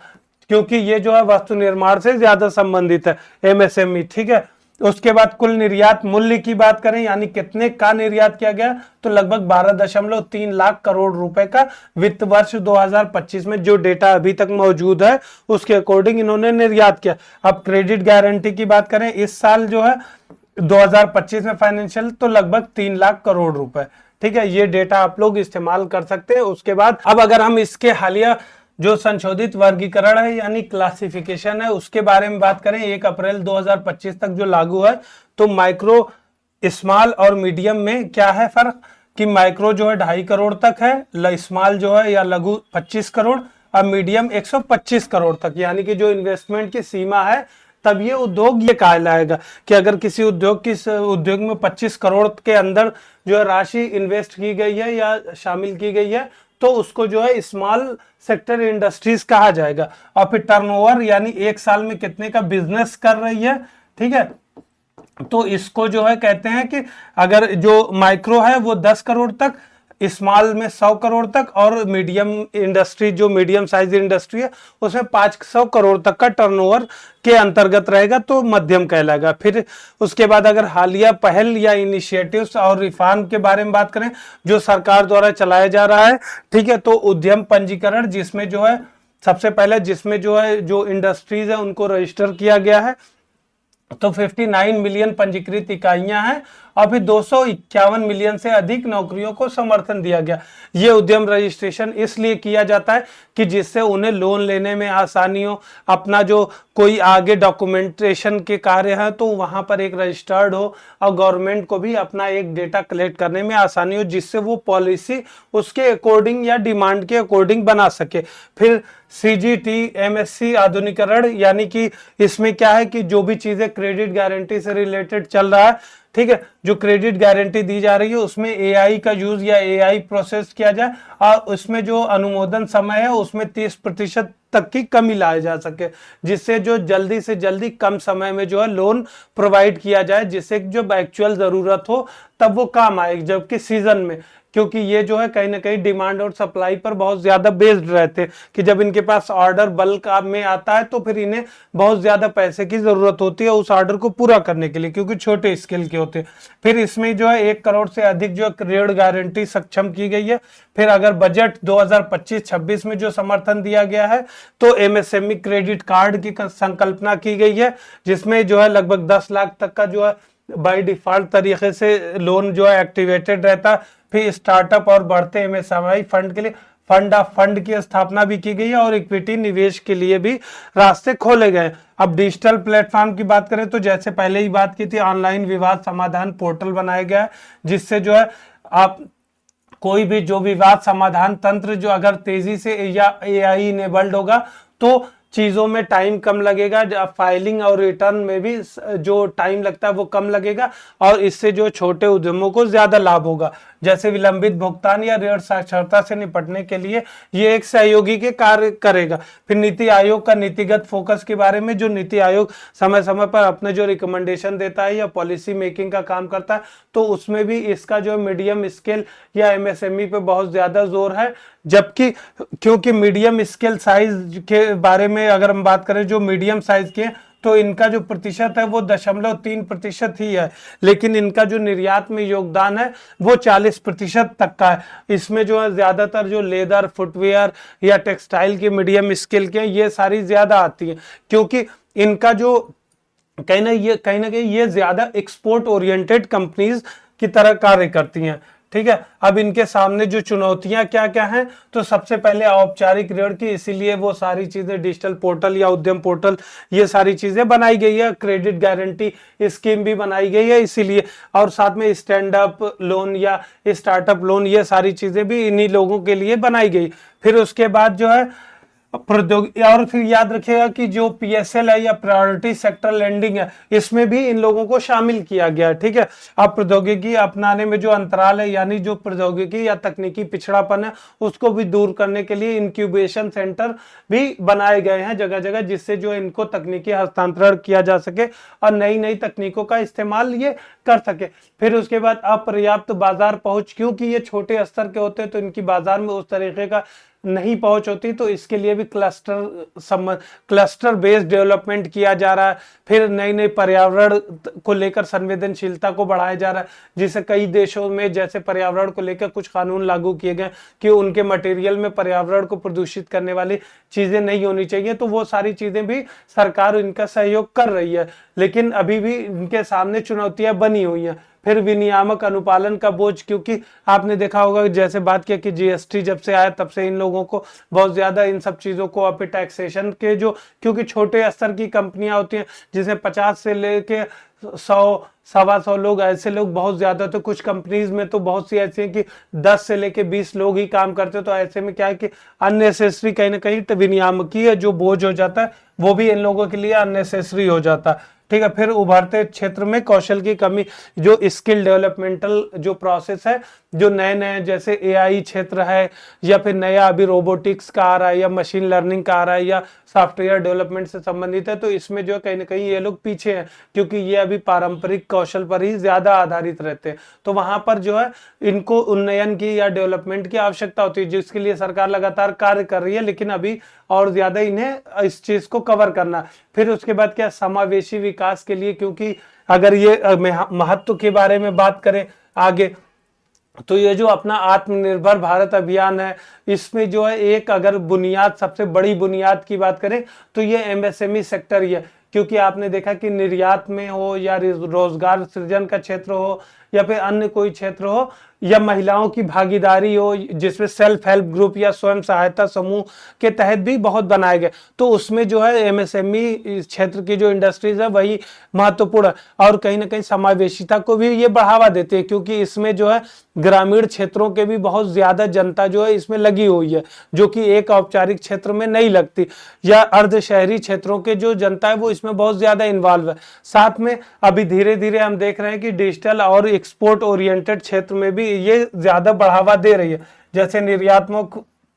अर्थव्यवस्था की बात करें तो जैसे लेदर और फुटवेयर और टेक्सटाइल, और फिर और अन्य जो सनराइज सेक्टर है कहा जा रहा है, उसमें इन लोग का बहुत ज्यादा योगदान बढ़ रहा है लगातार। ठीक है। अब हम ये सारे पॉइंट आप लोग याद रखिएगा, उससे संबंधित कि आपको एमएसएमई सेक्टर में इंपॉर्टेंट कौन कौन से फैक्ट याद रखते हैं। इतना अगर आपने कुछ जितना बताया अगर आपको याद होगा तो आप मेंस के आंसर भी आराम से लिख सकते हैं, और प्रीलिम्स के बहुत ज्यादातर एग्जाम जो आंसर है आपके फंस जाएंगे, अगर आपको बेसिक कॉन्सेप्ट इससे संबंधित क्लियर हो गया होगा। अब हम आते हैं राजकोषीय स्वास्थ्य सूचकांक या फिजिकल हेल्थ इंडिकेटर पर। ठीक है। जो कि इकोनॉमिक सेक्टर का और देश की अर्थव्यवस्था की प्रगति के मापने के लिए ये एक अहम इंडेक्स के रूप में है, जिसको आपसे मेंस में और प्रीलिम्स दोनों में पूछा जा सकता है। ठीक है। तो ये कौन संस्था निकालती है, पहली बात याद रखिएगा कि कौन सी संस्था निकालती है, तो वो नीति आयोग निकालती है। इसका जो मुख्य कार्य क्या है, तो ये क्या कार्य करती है कि किस तरीके से कोई स्टेट जो है राजस्व संग्रहण कर रहा है, ठीक है, उसका जो राजकोषीय व्यय है या राजकोषीय खर्च है वो किस प्रकार है। तो समझ गया, अगर आपको खर्च का एक स्तर पता लग रहा है और किस प्रकार आप संग्रहित कर रहे हैं या कलेक्ट कर रहे हैं, ये दोनों चीजें अगर आपको पता है तो इससे जो है आप किसी राज्य की जो वित्तीय रूप से स्थिरता है उसको जान सकते हैं। तो इसका मुख्य कार्य क्या होगा, किस रैंक पर ये यूज करेगी, किन चीजों के आधार पर, ऋण स्थिरता, राजस्व जुटाना या राजकोषीय विवेक। तो तीनों पॉइंट आपको बता दिया, वही मेन है। फिर ये क्या है कि राज्यों के बीच में जो है एक डेटा जो है फैक्चुअल डेटा सामने लाकर जो है प्रतिस्पर्धी संवाद को बढ़ावा देती है, क्योंकि जब राज्यों के बीच में रैंकिंग आएगी तो पता चलेगा कि कौन सा राज्य किस क्षेत्र में अच्छा काम कर रहा है, तो इससे जो दूसरे राज्य पर भी एक दबाव पड़ेगा। क्योंकि अभी तक होता क्या है कि वैश्विक स्तर पर आ रहा है कोई डेटा आ रहा है कि इंडिया में जो है गरीबी का स्तर इतना है, लेकिन अगर गरीबी के स्तर में ही अगर राज्य स्तर पर भी अगर पता चल रहा है कि राज्यों में किस राज्य में कितनी गरीबी है, कितनी कम किया है, और कौन कौन सी योजनाएं चला रहा है, इंपॉर्टेंट किस किस क्षेत्र में इनका कार्य अच्छा रहा है, तो इससे क्या है कि मॉनिटरिंग या सर्वेक्षण करने के लिए और उसका जो है निरीक्षण करने के लिए और कमियों को दूर करने के लिए एक ज्यादा मतलब ये डेटा का यूज किया जा सकता है। और इससे जो है संवादी भावनाओं को बढ़ावा देने के साथ साथ जो प्रतिस्पर्धी संवाद जो कंस्ट्रक्टिव यानी संरचनात्मक होगा, अब पॉजिटिव होगा, जो जिसकी जो है कहीं ना कहीं यानी सकारात्मक रूप से इसका जो है मतलब सहभागी होगा या मददगार होगा। ठीक है। क्योंकि केंद्र का लक्ष्य जो है 2026-27 तक जो टैक्स टू जीडीपी यानी ऋण टू जीडीपी, यानी कि इसका मतलब समझ 2-3 वर्ड होते हैं इससे रिलेटेड। एक होता है टैक्स टू जीडीपी, ठीक है, तो इसमें क्या है जीडीपी के अनुपात में टैक्स कितना मिला, ऋण से जीडीपी अनुपात मतलब जो डेट है और जीडीपी कितनी है किसी राज्य की, तो मतलब जीडीपी का अगर साइज 100 है, आप 100 से ज्यादा का लोन ले लिए तो फिर आप तो मतलब वित्तीय रूप से अस्थिर हो गए ना। तो ऋण कितना है और आपकी जीडीपी क्या है, इसके बीच में अनुपात बहुत इंपॉर्टेंट होता है किसी भी राज्य की या देश की या क्षेत्र की जो वित्तीय स्थिरता को मापने के लिए। ठीक है, इससे जो है कहीं ना कहीं राजकोषीय ड्रैग यानी फिस्कल फिसलन जैसा अनुभव भी हो सकता है अगर ऐसी स्थिति आ जाए कि लोन का प्रतिशत जो है या ऋण का प्रतिशत बहुत ज्यादा है, जैसे कि हमने वेस्ट बंगाल के केस में देखा है, जिसके उसकी स्थिति जो है वित्तीय स्थिरता जो है में मतलब उस तरीके की मजबूत नहीं है। और फिर ये आगे जो इससे हमारे डेटा मिल रहे हैं तो इससे कहीं ना कहीं ट्रांसपेरेंसी बढ़ रही है, पारदर्शिता बढ़ रही है, और फिर अकाउंटेबिलिटी यानी कि जब राज्यों से संबंधित डेटा बाहर आ रहा है कि किसी राज्य की वित्तीय स्थिरता क्या है और राज्य द्वारा पिछले सालों में क्या कार्य किए गए हैं, किस प्रकार अपने जो है राजस्व को खर्च किया गया है या व्यय किया गया है, तो इससे क्या है उस पर एक अकाउंटेबिलिटी यानी उत्तरदायित्व भी बढ़ता है। ठीक है, फिर उसके बाद क्या, इससे जो डेटा मिल जाने से आगे के जो नीतिगत सुधार है या पॉलिसी मेकिंग है कि किस प्रकार योजनाएं बनाना है और किन समूहों को लक्षित करना है या टारगेट समूह कौन से होने चाहिए, तो इन चीजों में क्लैरिटी ज्यादा आती है। ठीक है, अब अगर हम इससे रिलेटेड अगर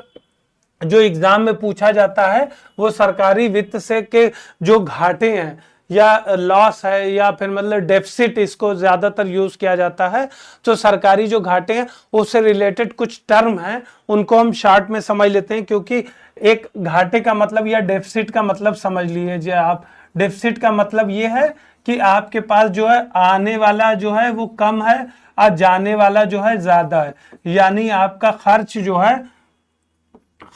है ज्यादा है,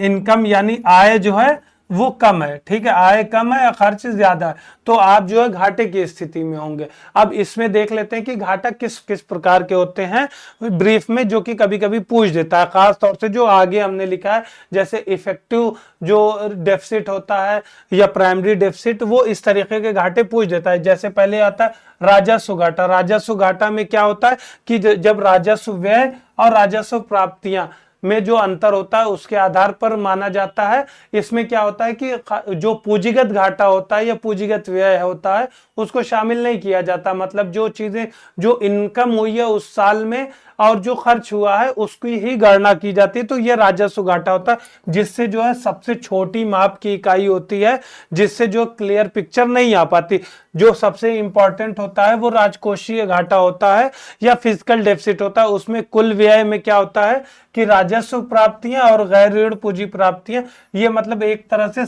सभी प्रकार की प्राप्तियों को इसमें ऐड कर लिया जाता है राजकोषीय प्राप्तियों में। तो इससे क्या है कि कंपोजिट जब डेटा को एनालाइज किया जा रहा है तो इससे समग्र स्थिति का आकलन किया जा सकता है। ठीक है, इससे क्या है कि अन्य चीजें भी पता चलती है, जैसे कि मुद्रास्फीति या फिर अन्य प्रकार के जो प्रभाव हैं या सरकार द्वारा किस किस क्षेत्र में कितना लगाया गया है, सभी क्षेत्रों में। इवन इसमें जो है कहीं ना कहीं उस क्षेत्र की जो गैर या पूंजीशील प्राप्तियां होती हैं, पूंजीगत प्राप्तियां होती हैं, जैसे ऋण है, वो भी ऐड रहता है। ठीक है,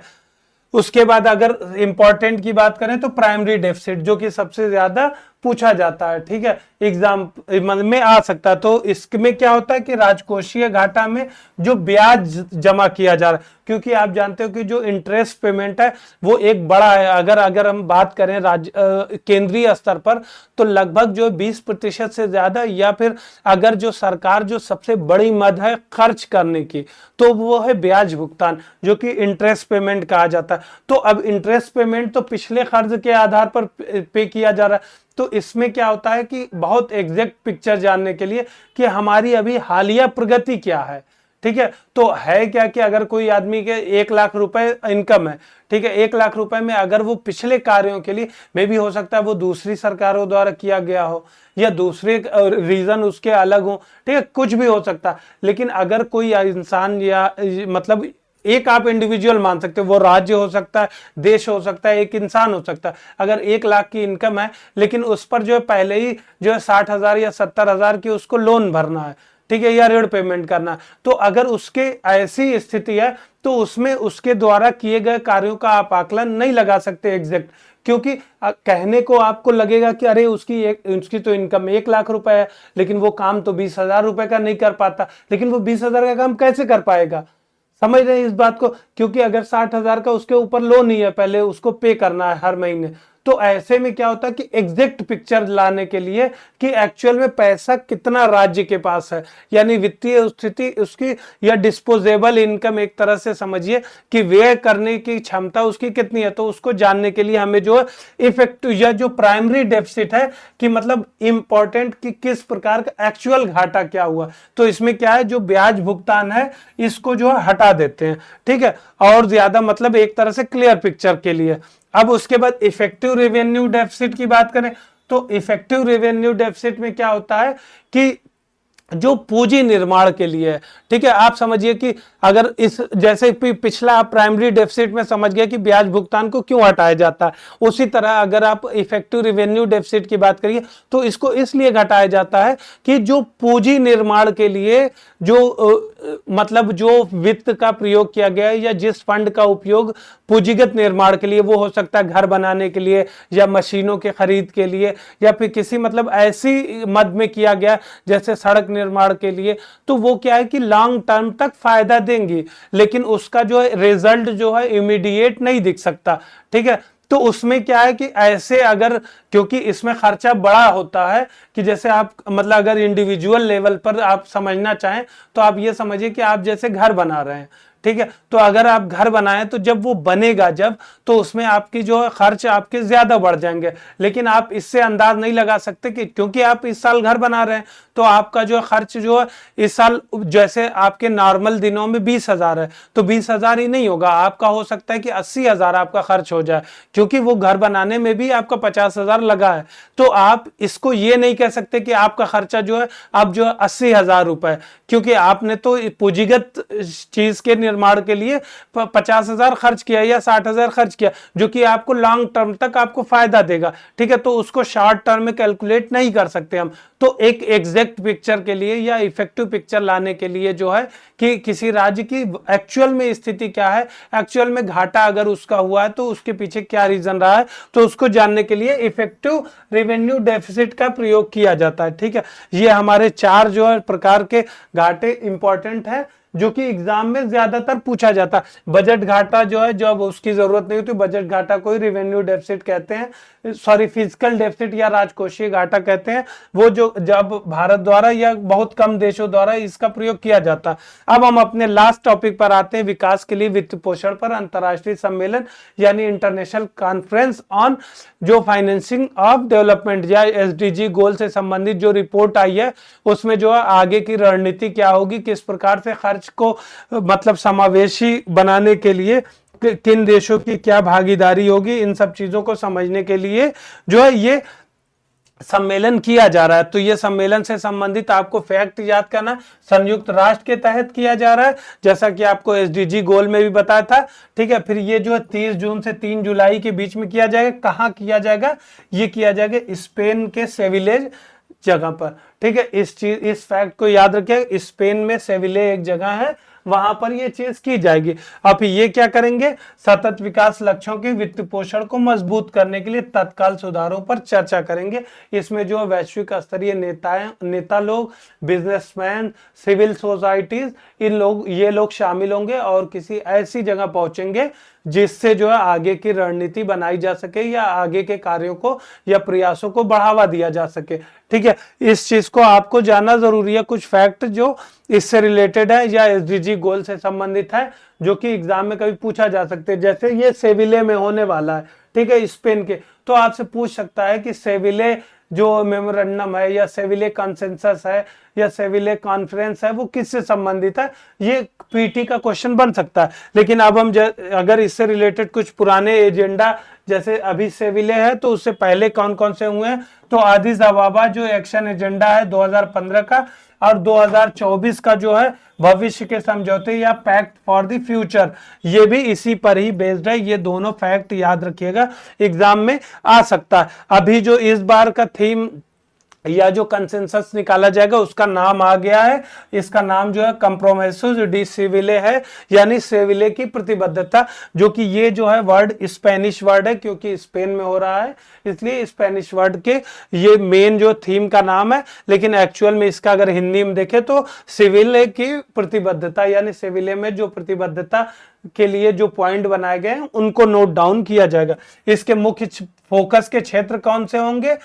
अगर पहला क्या है, अंतरराष्ट्रीय वित्तीय वास्तुकला में सुधार की, मतलब वित्तीय जो फाइनेंसिंग होगी वो किस प्रकार होगी, किस प्रकार से समावेशी विकास को बढ़ावा दिया जा सकता है। तो इसमें सिंपल सी बात है, सबसे पहले अंतरराष्ट्रीय निकायों में ही जो वित्तीय सुधार से संबंधित चीजें हैं उनके बारे में ही बात होगी। तो उनमें अगर अंतरराष्ट्रीय निकायों की बात करें तो सबसे पहले कहाँ होगी? IMF में होगी, वर्ल्ड बैंक में होगी। जो क्लाइमेट से रिलेटेड वित्तीय ढांचा या क्लाइमेट फंड जो बनाया जा रहा है उसमें सुधार होगी। तो उसमें जो है मतदान की भूमिका को लेके या मताधिकार का जो परसेंटेज है उसको लेकर बात होगी। इन सब चीजों में सुधार की बात होगी। फिर उसके बाद क्या है दूसरा, ऋण स्थिरता यानी क्रेडिट जो है स्टेबिलिटी।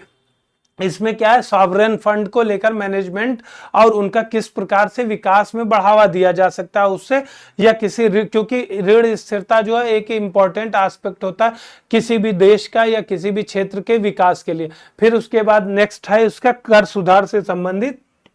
प्रावधान। अब कर सुधारों की बात करेंगे, अगर अंतरराष्ट्रीय स्तर पर क्या होगा तो वैश्विक न्यूनतम जो कारपोरेट कर है, क्योंकि कारपोरेट ही सबसे बड़ा टैक्स में से एक है। फिर उसके बाद जो आधार क्षरण, यानी क्या होता है कि आपने ये जो है गार एक आया था, एक इसको भी देख ले, जनरल एंटी अवॉइडेंस रूल, ये भी इसी से संबंधित है। इसको कभी हम डिटेल में बहुत ज्यादा कवर करेंगे क्योंकि एग्जाम में कई बार पूछ चुका है। अब मनी लॉन्ड्रिंग या धन शोधन से संबंधित अगर पहलुओं की बात करें तो आपको ये एंटी अवॉइडेंस या टैक्स इवेजन किस प्रकार किया जा रहा है और इसमें किस तरीके से जो बेस इरोजन का कॉन्सेप्ट है, ठीक है, ये बेस इरोजन का मतलब होता है आधार क्षरण। क्योंकि जैसे इसको ऐसे अभी शॉर्ट में समझने के लिए समझ लीजिएगा कि अगर जैसे मेरी कंपनी इंडिया में है और इंडिया के कानून के तहत या भारत के कानून के तहत हमारी जो टैक्स लायबिलिटी है वो 30% है, लेकिन हम अपनी कंपनी का जो हेडक्वार्टर है वो सेशल्स में बना दें और सेशल्स में जो अब हमारी कंपनी का जो पेरेंट वो है वो हमारा सेशल्स में चला गया, जबकि हम सेशल्स में एक कमरे में बनाए हुए हैं और यहाँ पे इतनी बड़ी फैक्ट्री बनी हुई है, लेकिन हम वो इसको पेरेंट कंपनी बना दिया सेशल्स में। और सेशल्स में जो न्यूनतम टैक्स की गारंटी है वो 1 या 2% है, या फिर वो टैक्स हेवन की तरह काम कर रहे हैं, यानी वहां 0% टैक्स है। तो वो जो भारत सरकार को 30% की कर की वो मिलने वाली थी, जो लाभ मिलने वाला था, अगर 100 रुपए कंपनी का टर्नओवर या लाभ 100 रुपए है तो 100 रुपए में जो 30 रुपए मिलने वाला था अब वो 30 रुपए नहीं मिल पाएगा, क्योंकि कंपनी जो दिखाएगी कि हम सेशल बेस्ड हैं और इंडिया में जो कार्य है, जो एक्चुअल में कार्य है वो FDI या फॉरेन डायरेक्ट इन्वेस्टमेंट के अंतर्गत आएगा। और फिर क्या होता है कि ऐसे में कई देशों के साथ कर वंचन को लेकर समझौते हुए हैं या एग्रीमेंट हुए हैं, जिससे ऐसा ना हो कि किसी कंपनी पर दोनों देशों द्वारा जो है टैक्स लगाया जाए, जिससे जो कंपनी अलाभकारी यानी प्रतिकूल स्थिति में आ जाएगी। लेकिन ऐसे में अगर समझौता हुआ है तो होगा क्या कि सेशल्स के तहत उसको 0 रुपए देना पड़ा। और भारत में क्या हुआ है कि भारत का सेशल्स के साथ समझौता है जिसमें जो मिनिमम टैक्स एक लगा दिया गया कि सिर्फ इतना देना रहेगा और उसके बाद आप व्यापार कर सकते हो, जो कि 5%, 2.5%, 10% हो सकता है। तो ऐसे में क्या कि कंपनी को 20% की राशि सीधे सीधे बच जाएगी और कई जो है प्रोटोकॉल या अनुपालन, वित्तीय अनुपालन से बच जाएगा। तो ऐसे में क्या होगा कि कहीं ना कहीं देश को घाटा होता है टैक्स का। तो इसमें कर सुधार की जब भी बात आती है तो जनरल एंटी अवॉइडेंस रूल या गार की बात में या टैक्स इवेजन से रिलेटेड प्रावधान में जो बेस इरोजन का कॉन्सेप्ट है ये जो है बहुत इंपॉर्टेंट रोल प्ले करता है और ये आपको जरूर जानना चाहिए, क्योंकि मनी लॉन्ड्रिंग की बात हो या राउंड ट्रिपिंग की हो, जिसमें जो है एक जगह से दूसरी जगह किस तरह से रोटेट किया जाता है, वो सारी चीजें आपको आगे हम डिटेल में कभी टॉपिक आएगा उससे तो वो बताएंगे, जो कि आपको समझना अगर इकोनॉमी आप समझ जाए। और टैक्सेशन क्योंकि एक अपने आप में ही बहुत बड़ा पार्ट है कि टैक्स क्या क्या रोल प्ले करता है, टैक्स क्यों जरूरी होता है और सरकार के लिए टैक्स को किस तरह से मॉनिटर किया जाता है, कितना टैक्स बनाए रखना है कि टैक्स कलेक्शन ऑप्टिमम हो, क्योंकि अगर ज्यादा रख देगा सरकार द्वारा अगर टैक्स बढ़ा दी जाएगी दर, तो लोग जो है टैक्स ही नहीं पे करेंगे और भागने लगेंगे, किसी न किसी तरीके का इस्तेमाल करने लगेंगे। और अगर कम कर देगी तो सरकार को जो है अपनी वित्तीय जरूरतों को पूरा करना कठिन हो जाएगा, क्योंकि अगर सरकार को टैक्स ही नहीं मिलेगा या टैक्स ही नहीं होगा तो सरकार सड़क कहां से बनाएगी, या सरकार कोई डेवलपमेंटल या मनरेगा स्कीम कहां से चलाएगी जब सरकार के पास पैसा ही नहीं। तो सरकार के लिए भी एक बहुत जो है ये दुविधा की स्थिति होती है कि टैक्स कितना प्रतिशत रखा जाए जिससे जो है न कम हो न ज्यादा हो, और ये समावेशी विकास के लिए उतना जो है लाभकारी की तरह कार्य करे। ठीक है, तो वो कभी और इसको कवर करेंगे, लेकिन कर सुधार से संबंधित जो मेजर होगा वो ये इंपॉर्टेंट होगा। ठीक है, फिर सतत विकास लक्ष्य के लिए वित्त पोषण अंतराल को जो है कम से कम करना, जैसे जो है इसमें अभी जो विकासशील देशों की मदद के लिए लगभग 4 से 5 ट्रिलियन डॉलर की जो लगभग हर साल कमी महसूस की जाती है, उस समस्या को दूर करना कि जिससे जो है थोड़ा उनका फाइनेंशियल बेस को बढ़ावा दे। ठीक है, फिर मिश्रित और नवीन वित्त, तो इसमें क्या है कि निजी क्षेत्रों की भागीदारी और प्राकृतिक आधारित समाधान और एमएसएमई समर्थन को बढ़ावा देना। जैसे एमएसएमई के बारे में बात की थी कि एमएसएमई जो है डायरेक्ट रोजगार जनरेट करता है और समावेशी विकास को बढ़ावा देता है, क्योंकि एमएसएमई में एक बड़ी जनता शामिल है और ये निर्यात को भी प्रोत्साहित करता है। और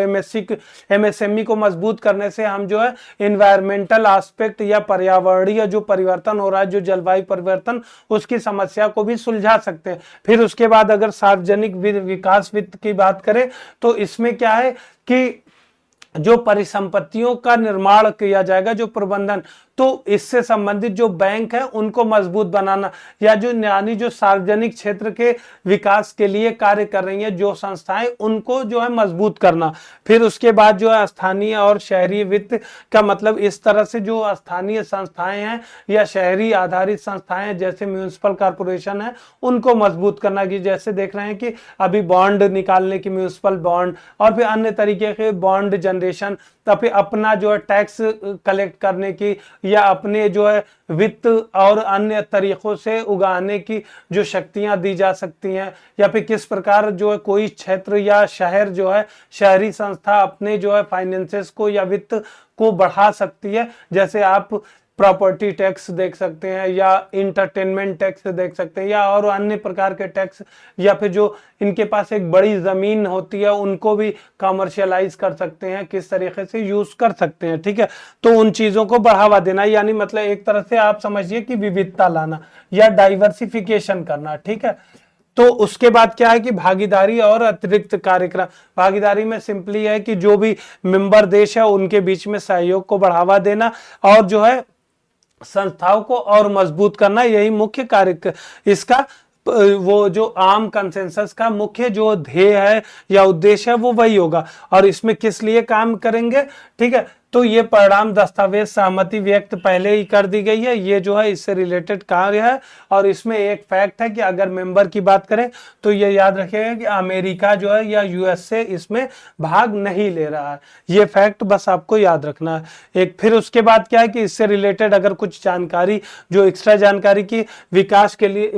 लिए वित्त पोषण से संबंधित जो अंतर्राष्ट्रीय सम्मेलन है इससे रिलेटेड अगर कुछ मतलब जानकारी की, वो तो अभी तक हमने बात की कि ये किस लिए हो रही है और उनका उद्देश्य क्या रहेगा और किस प्रकार से वो अन्य चीजों को मॉनिटर करेंगे। तो उसकी बात करें तो इसकी पृष्ठभूमि जो है 2002 में जो मॉन्ट्री जो मैक्सिको में हुआ था पहला सम्मेलन, उसमें इसका निर्माण रखा गया था कि कोई इस प्रकार के जो कन्वेंशन किया जाए या सम्मेलन या सहमति पत्र पर हस्ताक्षर किया जाए जिसमें वैश्विक स्तर पर समावेशी विकास को बढ़ावा दिया जाएगा, जिसमें इस तरीके की चीजें शामिल की जाएगी। क्योंकि आपने देखा है कि 2001 से ही जो है एमडीजी गोल, जो मिलेनियम डेवलप गोल हुए थे, जो कि 2015 में आके 2001 से लेके ये 2015 तक थे। अब 15 के बाद जो है 2030 तक क्या हो गया, एसडीजी गोल हो गए। ठीक है, तो इसी परिप्रेक्ष्य में जो है मैक्सिको में 2002 में इस तरीके की सर्वसम्मति बनी थी। फिर इसी चीज को आगे बढ़ाने के लिए दोहा में कॉन्फ्रेंस हुआ था 2008 में, फिर एडिस अबाबा जो कन्वेंशन हुई थी वो 2015 में हुआ था। इसमें एक्शन एजेंडा बनाया था। तो इसके बारे में क्वेश्चन आ सकता है कभी कभी। अब ये चौथा सम्मेलन हो रहा है जो सेविले स्पेन में हो रहा है। इससे आप समझ गए होंगे कि जैसे कि 2002 से 2025 में अभी तक चौथा हो रहा है, जिसमें दोहा में हुआ है, और फिर उससे पहले जो है हम देखते हैं कि यहाँ सेविले में हुआ है, फिर एडिस अबाबा में हुआ है, उससे पहले जो है मैक्सिको में हुआ था। तो 4 जगह पर हुआ है। तो मतलब कि आपको ये कंफ्यूज नहीं होना है कि हर साल होता है या वार्षिक स्तर पर होता है या पंचवर्षीय स्तर पर होता है, इससे कंफ्यूज मत होइएगा। ये चौथा सम्मेलन अभी प्रस्तावित है, ये जो कि अभी 30 जून से होने वाला है ये, ठीक है। अब इसका उद्देश्य के बारे में, जिसके पहले भी हम बात कर चुके हैं कि इसका उद्देश्य सिंपली क्या होगा, क्योंकि ये एसडीजी गोल या सतत विकास लक्ष्यों को और समावेशी बनाने के लिए है। तो ये कौन कौन सा कार्य करेगा? वैश्विक स्तर पर वित्तीय संरचना को मजबूत करेगा, जैसा कि हमने देखा कि आईएमएफ और वर्ल्ड बैंक में समावेशी तत्वों का समावेश कर रहा है। फिर उसके बाद जो घरेलू और अंतर्राष्ट्रीय स्तर पर इन चीजों सहयोग को बढ़ावा देगा, और फिर जो रिसोर्सेज अवेलेबल रिसोर्सेज हैं उनका जो है एक जस्टिफिएबल या एक तरह से न्यायपूर्ण बंटवारे को सुनिश्चित करेगा। और फिर जो पॉलिसी मेकिंग है उसमें जो है कहीं सिमिलरिटीज लाएगा या सुसंगतता लेके आएगा, कि जिससे जो है सभी देशों के बीच में एक जो पॉलिसी बनाई जाए उसमें एक तारतम्यता बनी रहे और साझेदारी को बढ़ावा देगा। फिर इन सारी चीजों से क्या होगा कि स्टेबल कंट्री होगा या संप्रभु क्षेत्र का विकास होगा, और वित्त पोषण से संबंधी अंतराल को कम किया जा सकेगा। जैसा कि हमने देखा है कि सभी देशों के पास अपनी गरीबी दूर करने या भुखमरी को समाप्त करने या अन्य वित्तीय क्षेत्रों का विकास के लिए अलग अलग स्तर पर जो संसाधन उपलब्ध हैं या अन्य स्तर पर उनकी वित्तीय स्थिति है, तो ऐसे अंतरालों को समाप्त किया जा सकेगा और विकासशील देशों की इसमें मदद की जा सकेगी। तो ये थे इंपॉर्टेंट हमारे उद्देश्य। और इसकी विशेषताओं की बात करें तो संयुक्त राष्ट्र के सदस्य देश, अंतर्राष्ट्रीय वित्तीय संस्थान, निजी क्षेत्र और फिर नागरिक समाज यानी सिविल सोसाइटीज, ये सारी शामिल रहेगी। मतलब एक तरह से कहीं ना कहीं कह सकते हैं कि समावेशी विकास के लिए जिन जिन तत्वों की आवश्यकता है वो सारे जो है इसमें शामिल होंगे। और एजेंडा 2030 और सतत विकास लक्ष्यों के साथ वित्त पोषण रणनीतियों को भी ये जो है मुख्य अहम योगदान इसमें देंगे, क्योंकि आप देखते हैं कि जो हमारे सतत विकास लक्ष्य हैं वो 2030 तक के लिए निर्धारित किए गए हैं। अब आगे की रणनीतियों के बारे में भी चर्चा धीरे धीरे होना शुरू हो जाएगी, क्योंकि इस तरह से समय जो है समाप्त हो रहा है। तो हमने एसडीजी गोल से संबंधित ये जो कॉन्फ्रेंस हो रही है या समावेशी विकास को लेकर वैश्विक स्तर पर जो कॉन्फ्रेंस हो रही है उससे संबंधित सभी प्रावधानों को देखा, और फिर उसके बाद एमएसएमई से संबंधित, और उसके बाद जो फिजिकल हेल्थ से संबंधित सभी प्रावधान देखा। उसके बाद हमने कैंसर से संबंधित सभी प्रावधानों को ध्याना, ठीक है। तो ये सारे इंपॉर्टेंट टॉपिक हैं, आप सारे इनको रिवाइज करते रहिएगा, क्योंकि आप देख रहे होंगे कहीं ना कहीं टॉपिक जो है या पॉइंट जो है इंटर रिलेट होते रहते हैं, ठीक है। अभी होता क्या है कि कुछ लोगों द्वारा ये समस्या के बारे में बताया गया था कि ये ब्लर होता है, कभी कभी ये स्क्रीन जो ब्लर हो जाती है वो क्यों होती है, उसके पीछे वजह होती है कि जैसे हम अगर एक कैमरा होता है तो कैमरे का एक फोकस क्षेत्र होता है, ठीक है। वो क्या होता है कि चाहे बोर्ड को फोकस करता है या हमें फोकस करता है। अभी जैसे स्टेबल है तो साफ दिख रहा है, लेकिन फिर क्या है कि जैसे अगर मूवमेंट होता है हमारे अंदर तो उसकी वजह से ये कैमरा जो है आइडेंटिफाई नहीं कर पाता कि फोकस इसको करना है या हमें करना है, क्योंकि हम भी मूवेबल है। इस वजह से कभी कभी जो है ये इस पर जो है ब्लर जैसा दिखने लगता है या हमारा चेहरा ब्लर दिखने लगता है, लेकिन इसीलिए थोड़ी थोड़ी देर तक स्लाइड रहती है, जिससे अगर आपको कुछ नोट डाउन करना है तो आप नोट डाउन कर सकते हैं आसानी से। अभी तक के लिए इतना ही। कल के लेक्चर में हम मिलते हैं नए टॉपिक के साथ जो हमारे लिए इंपॉर्टेंट होंगे। Thank you.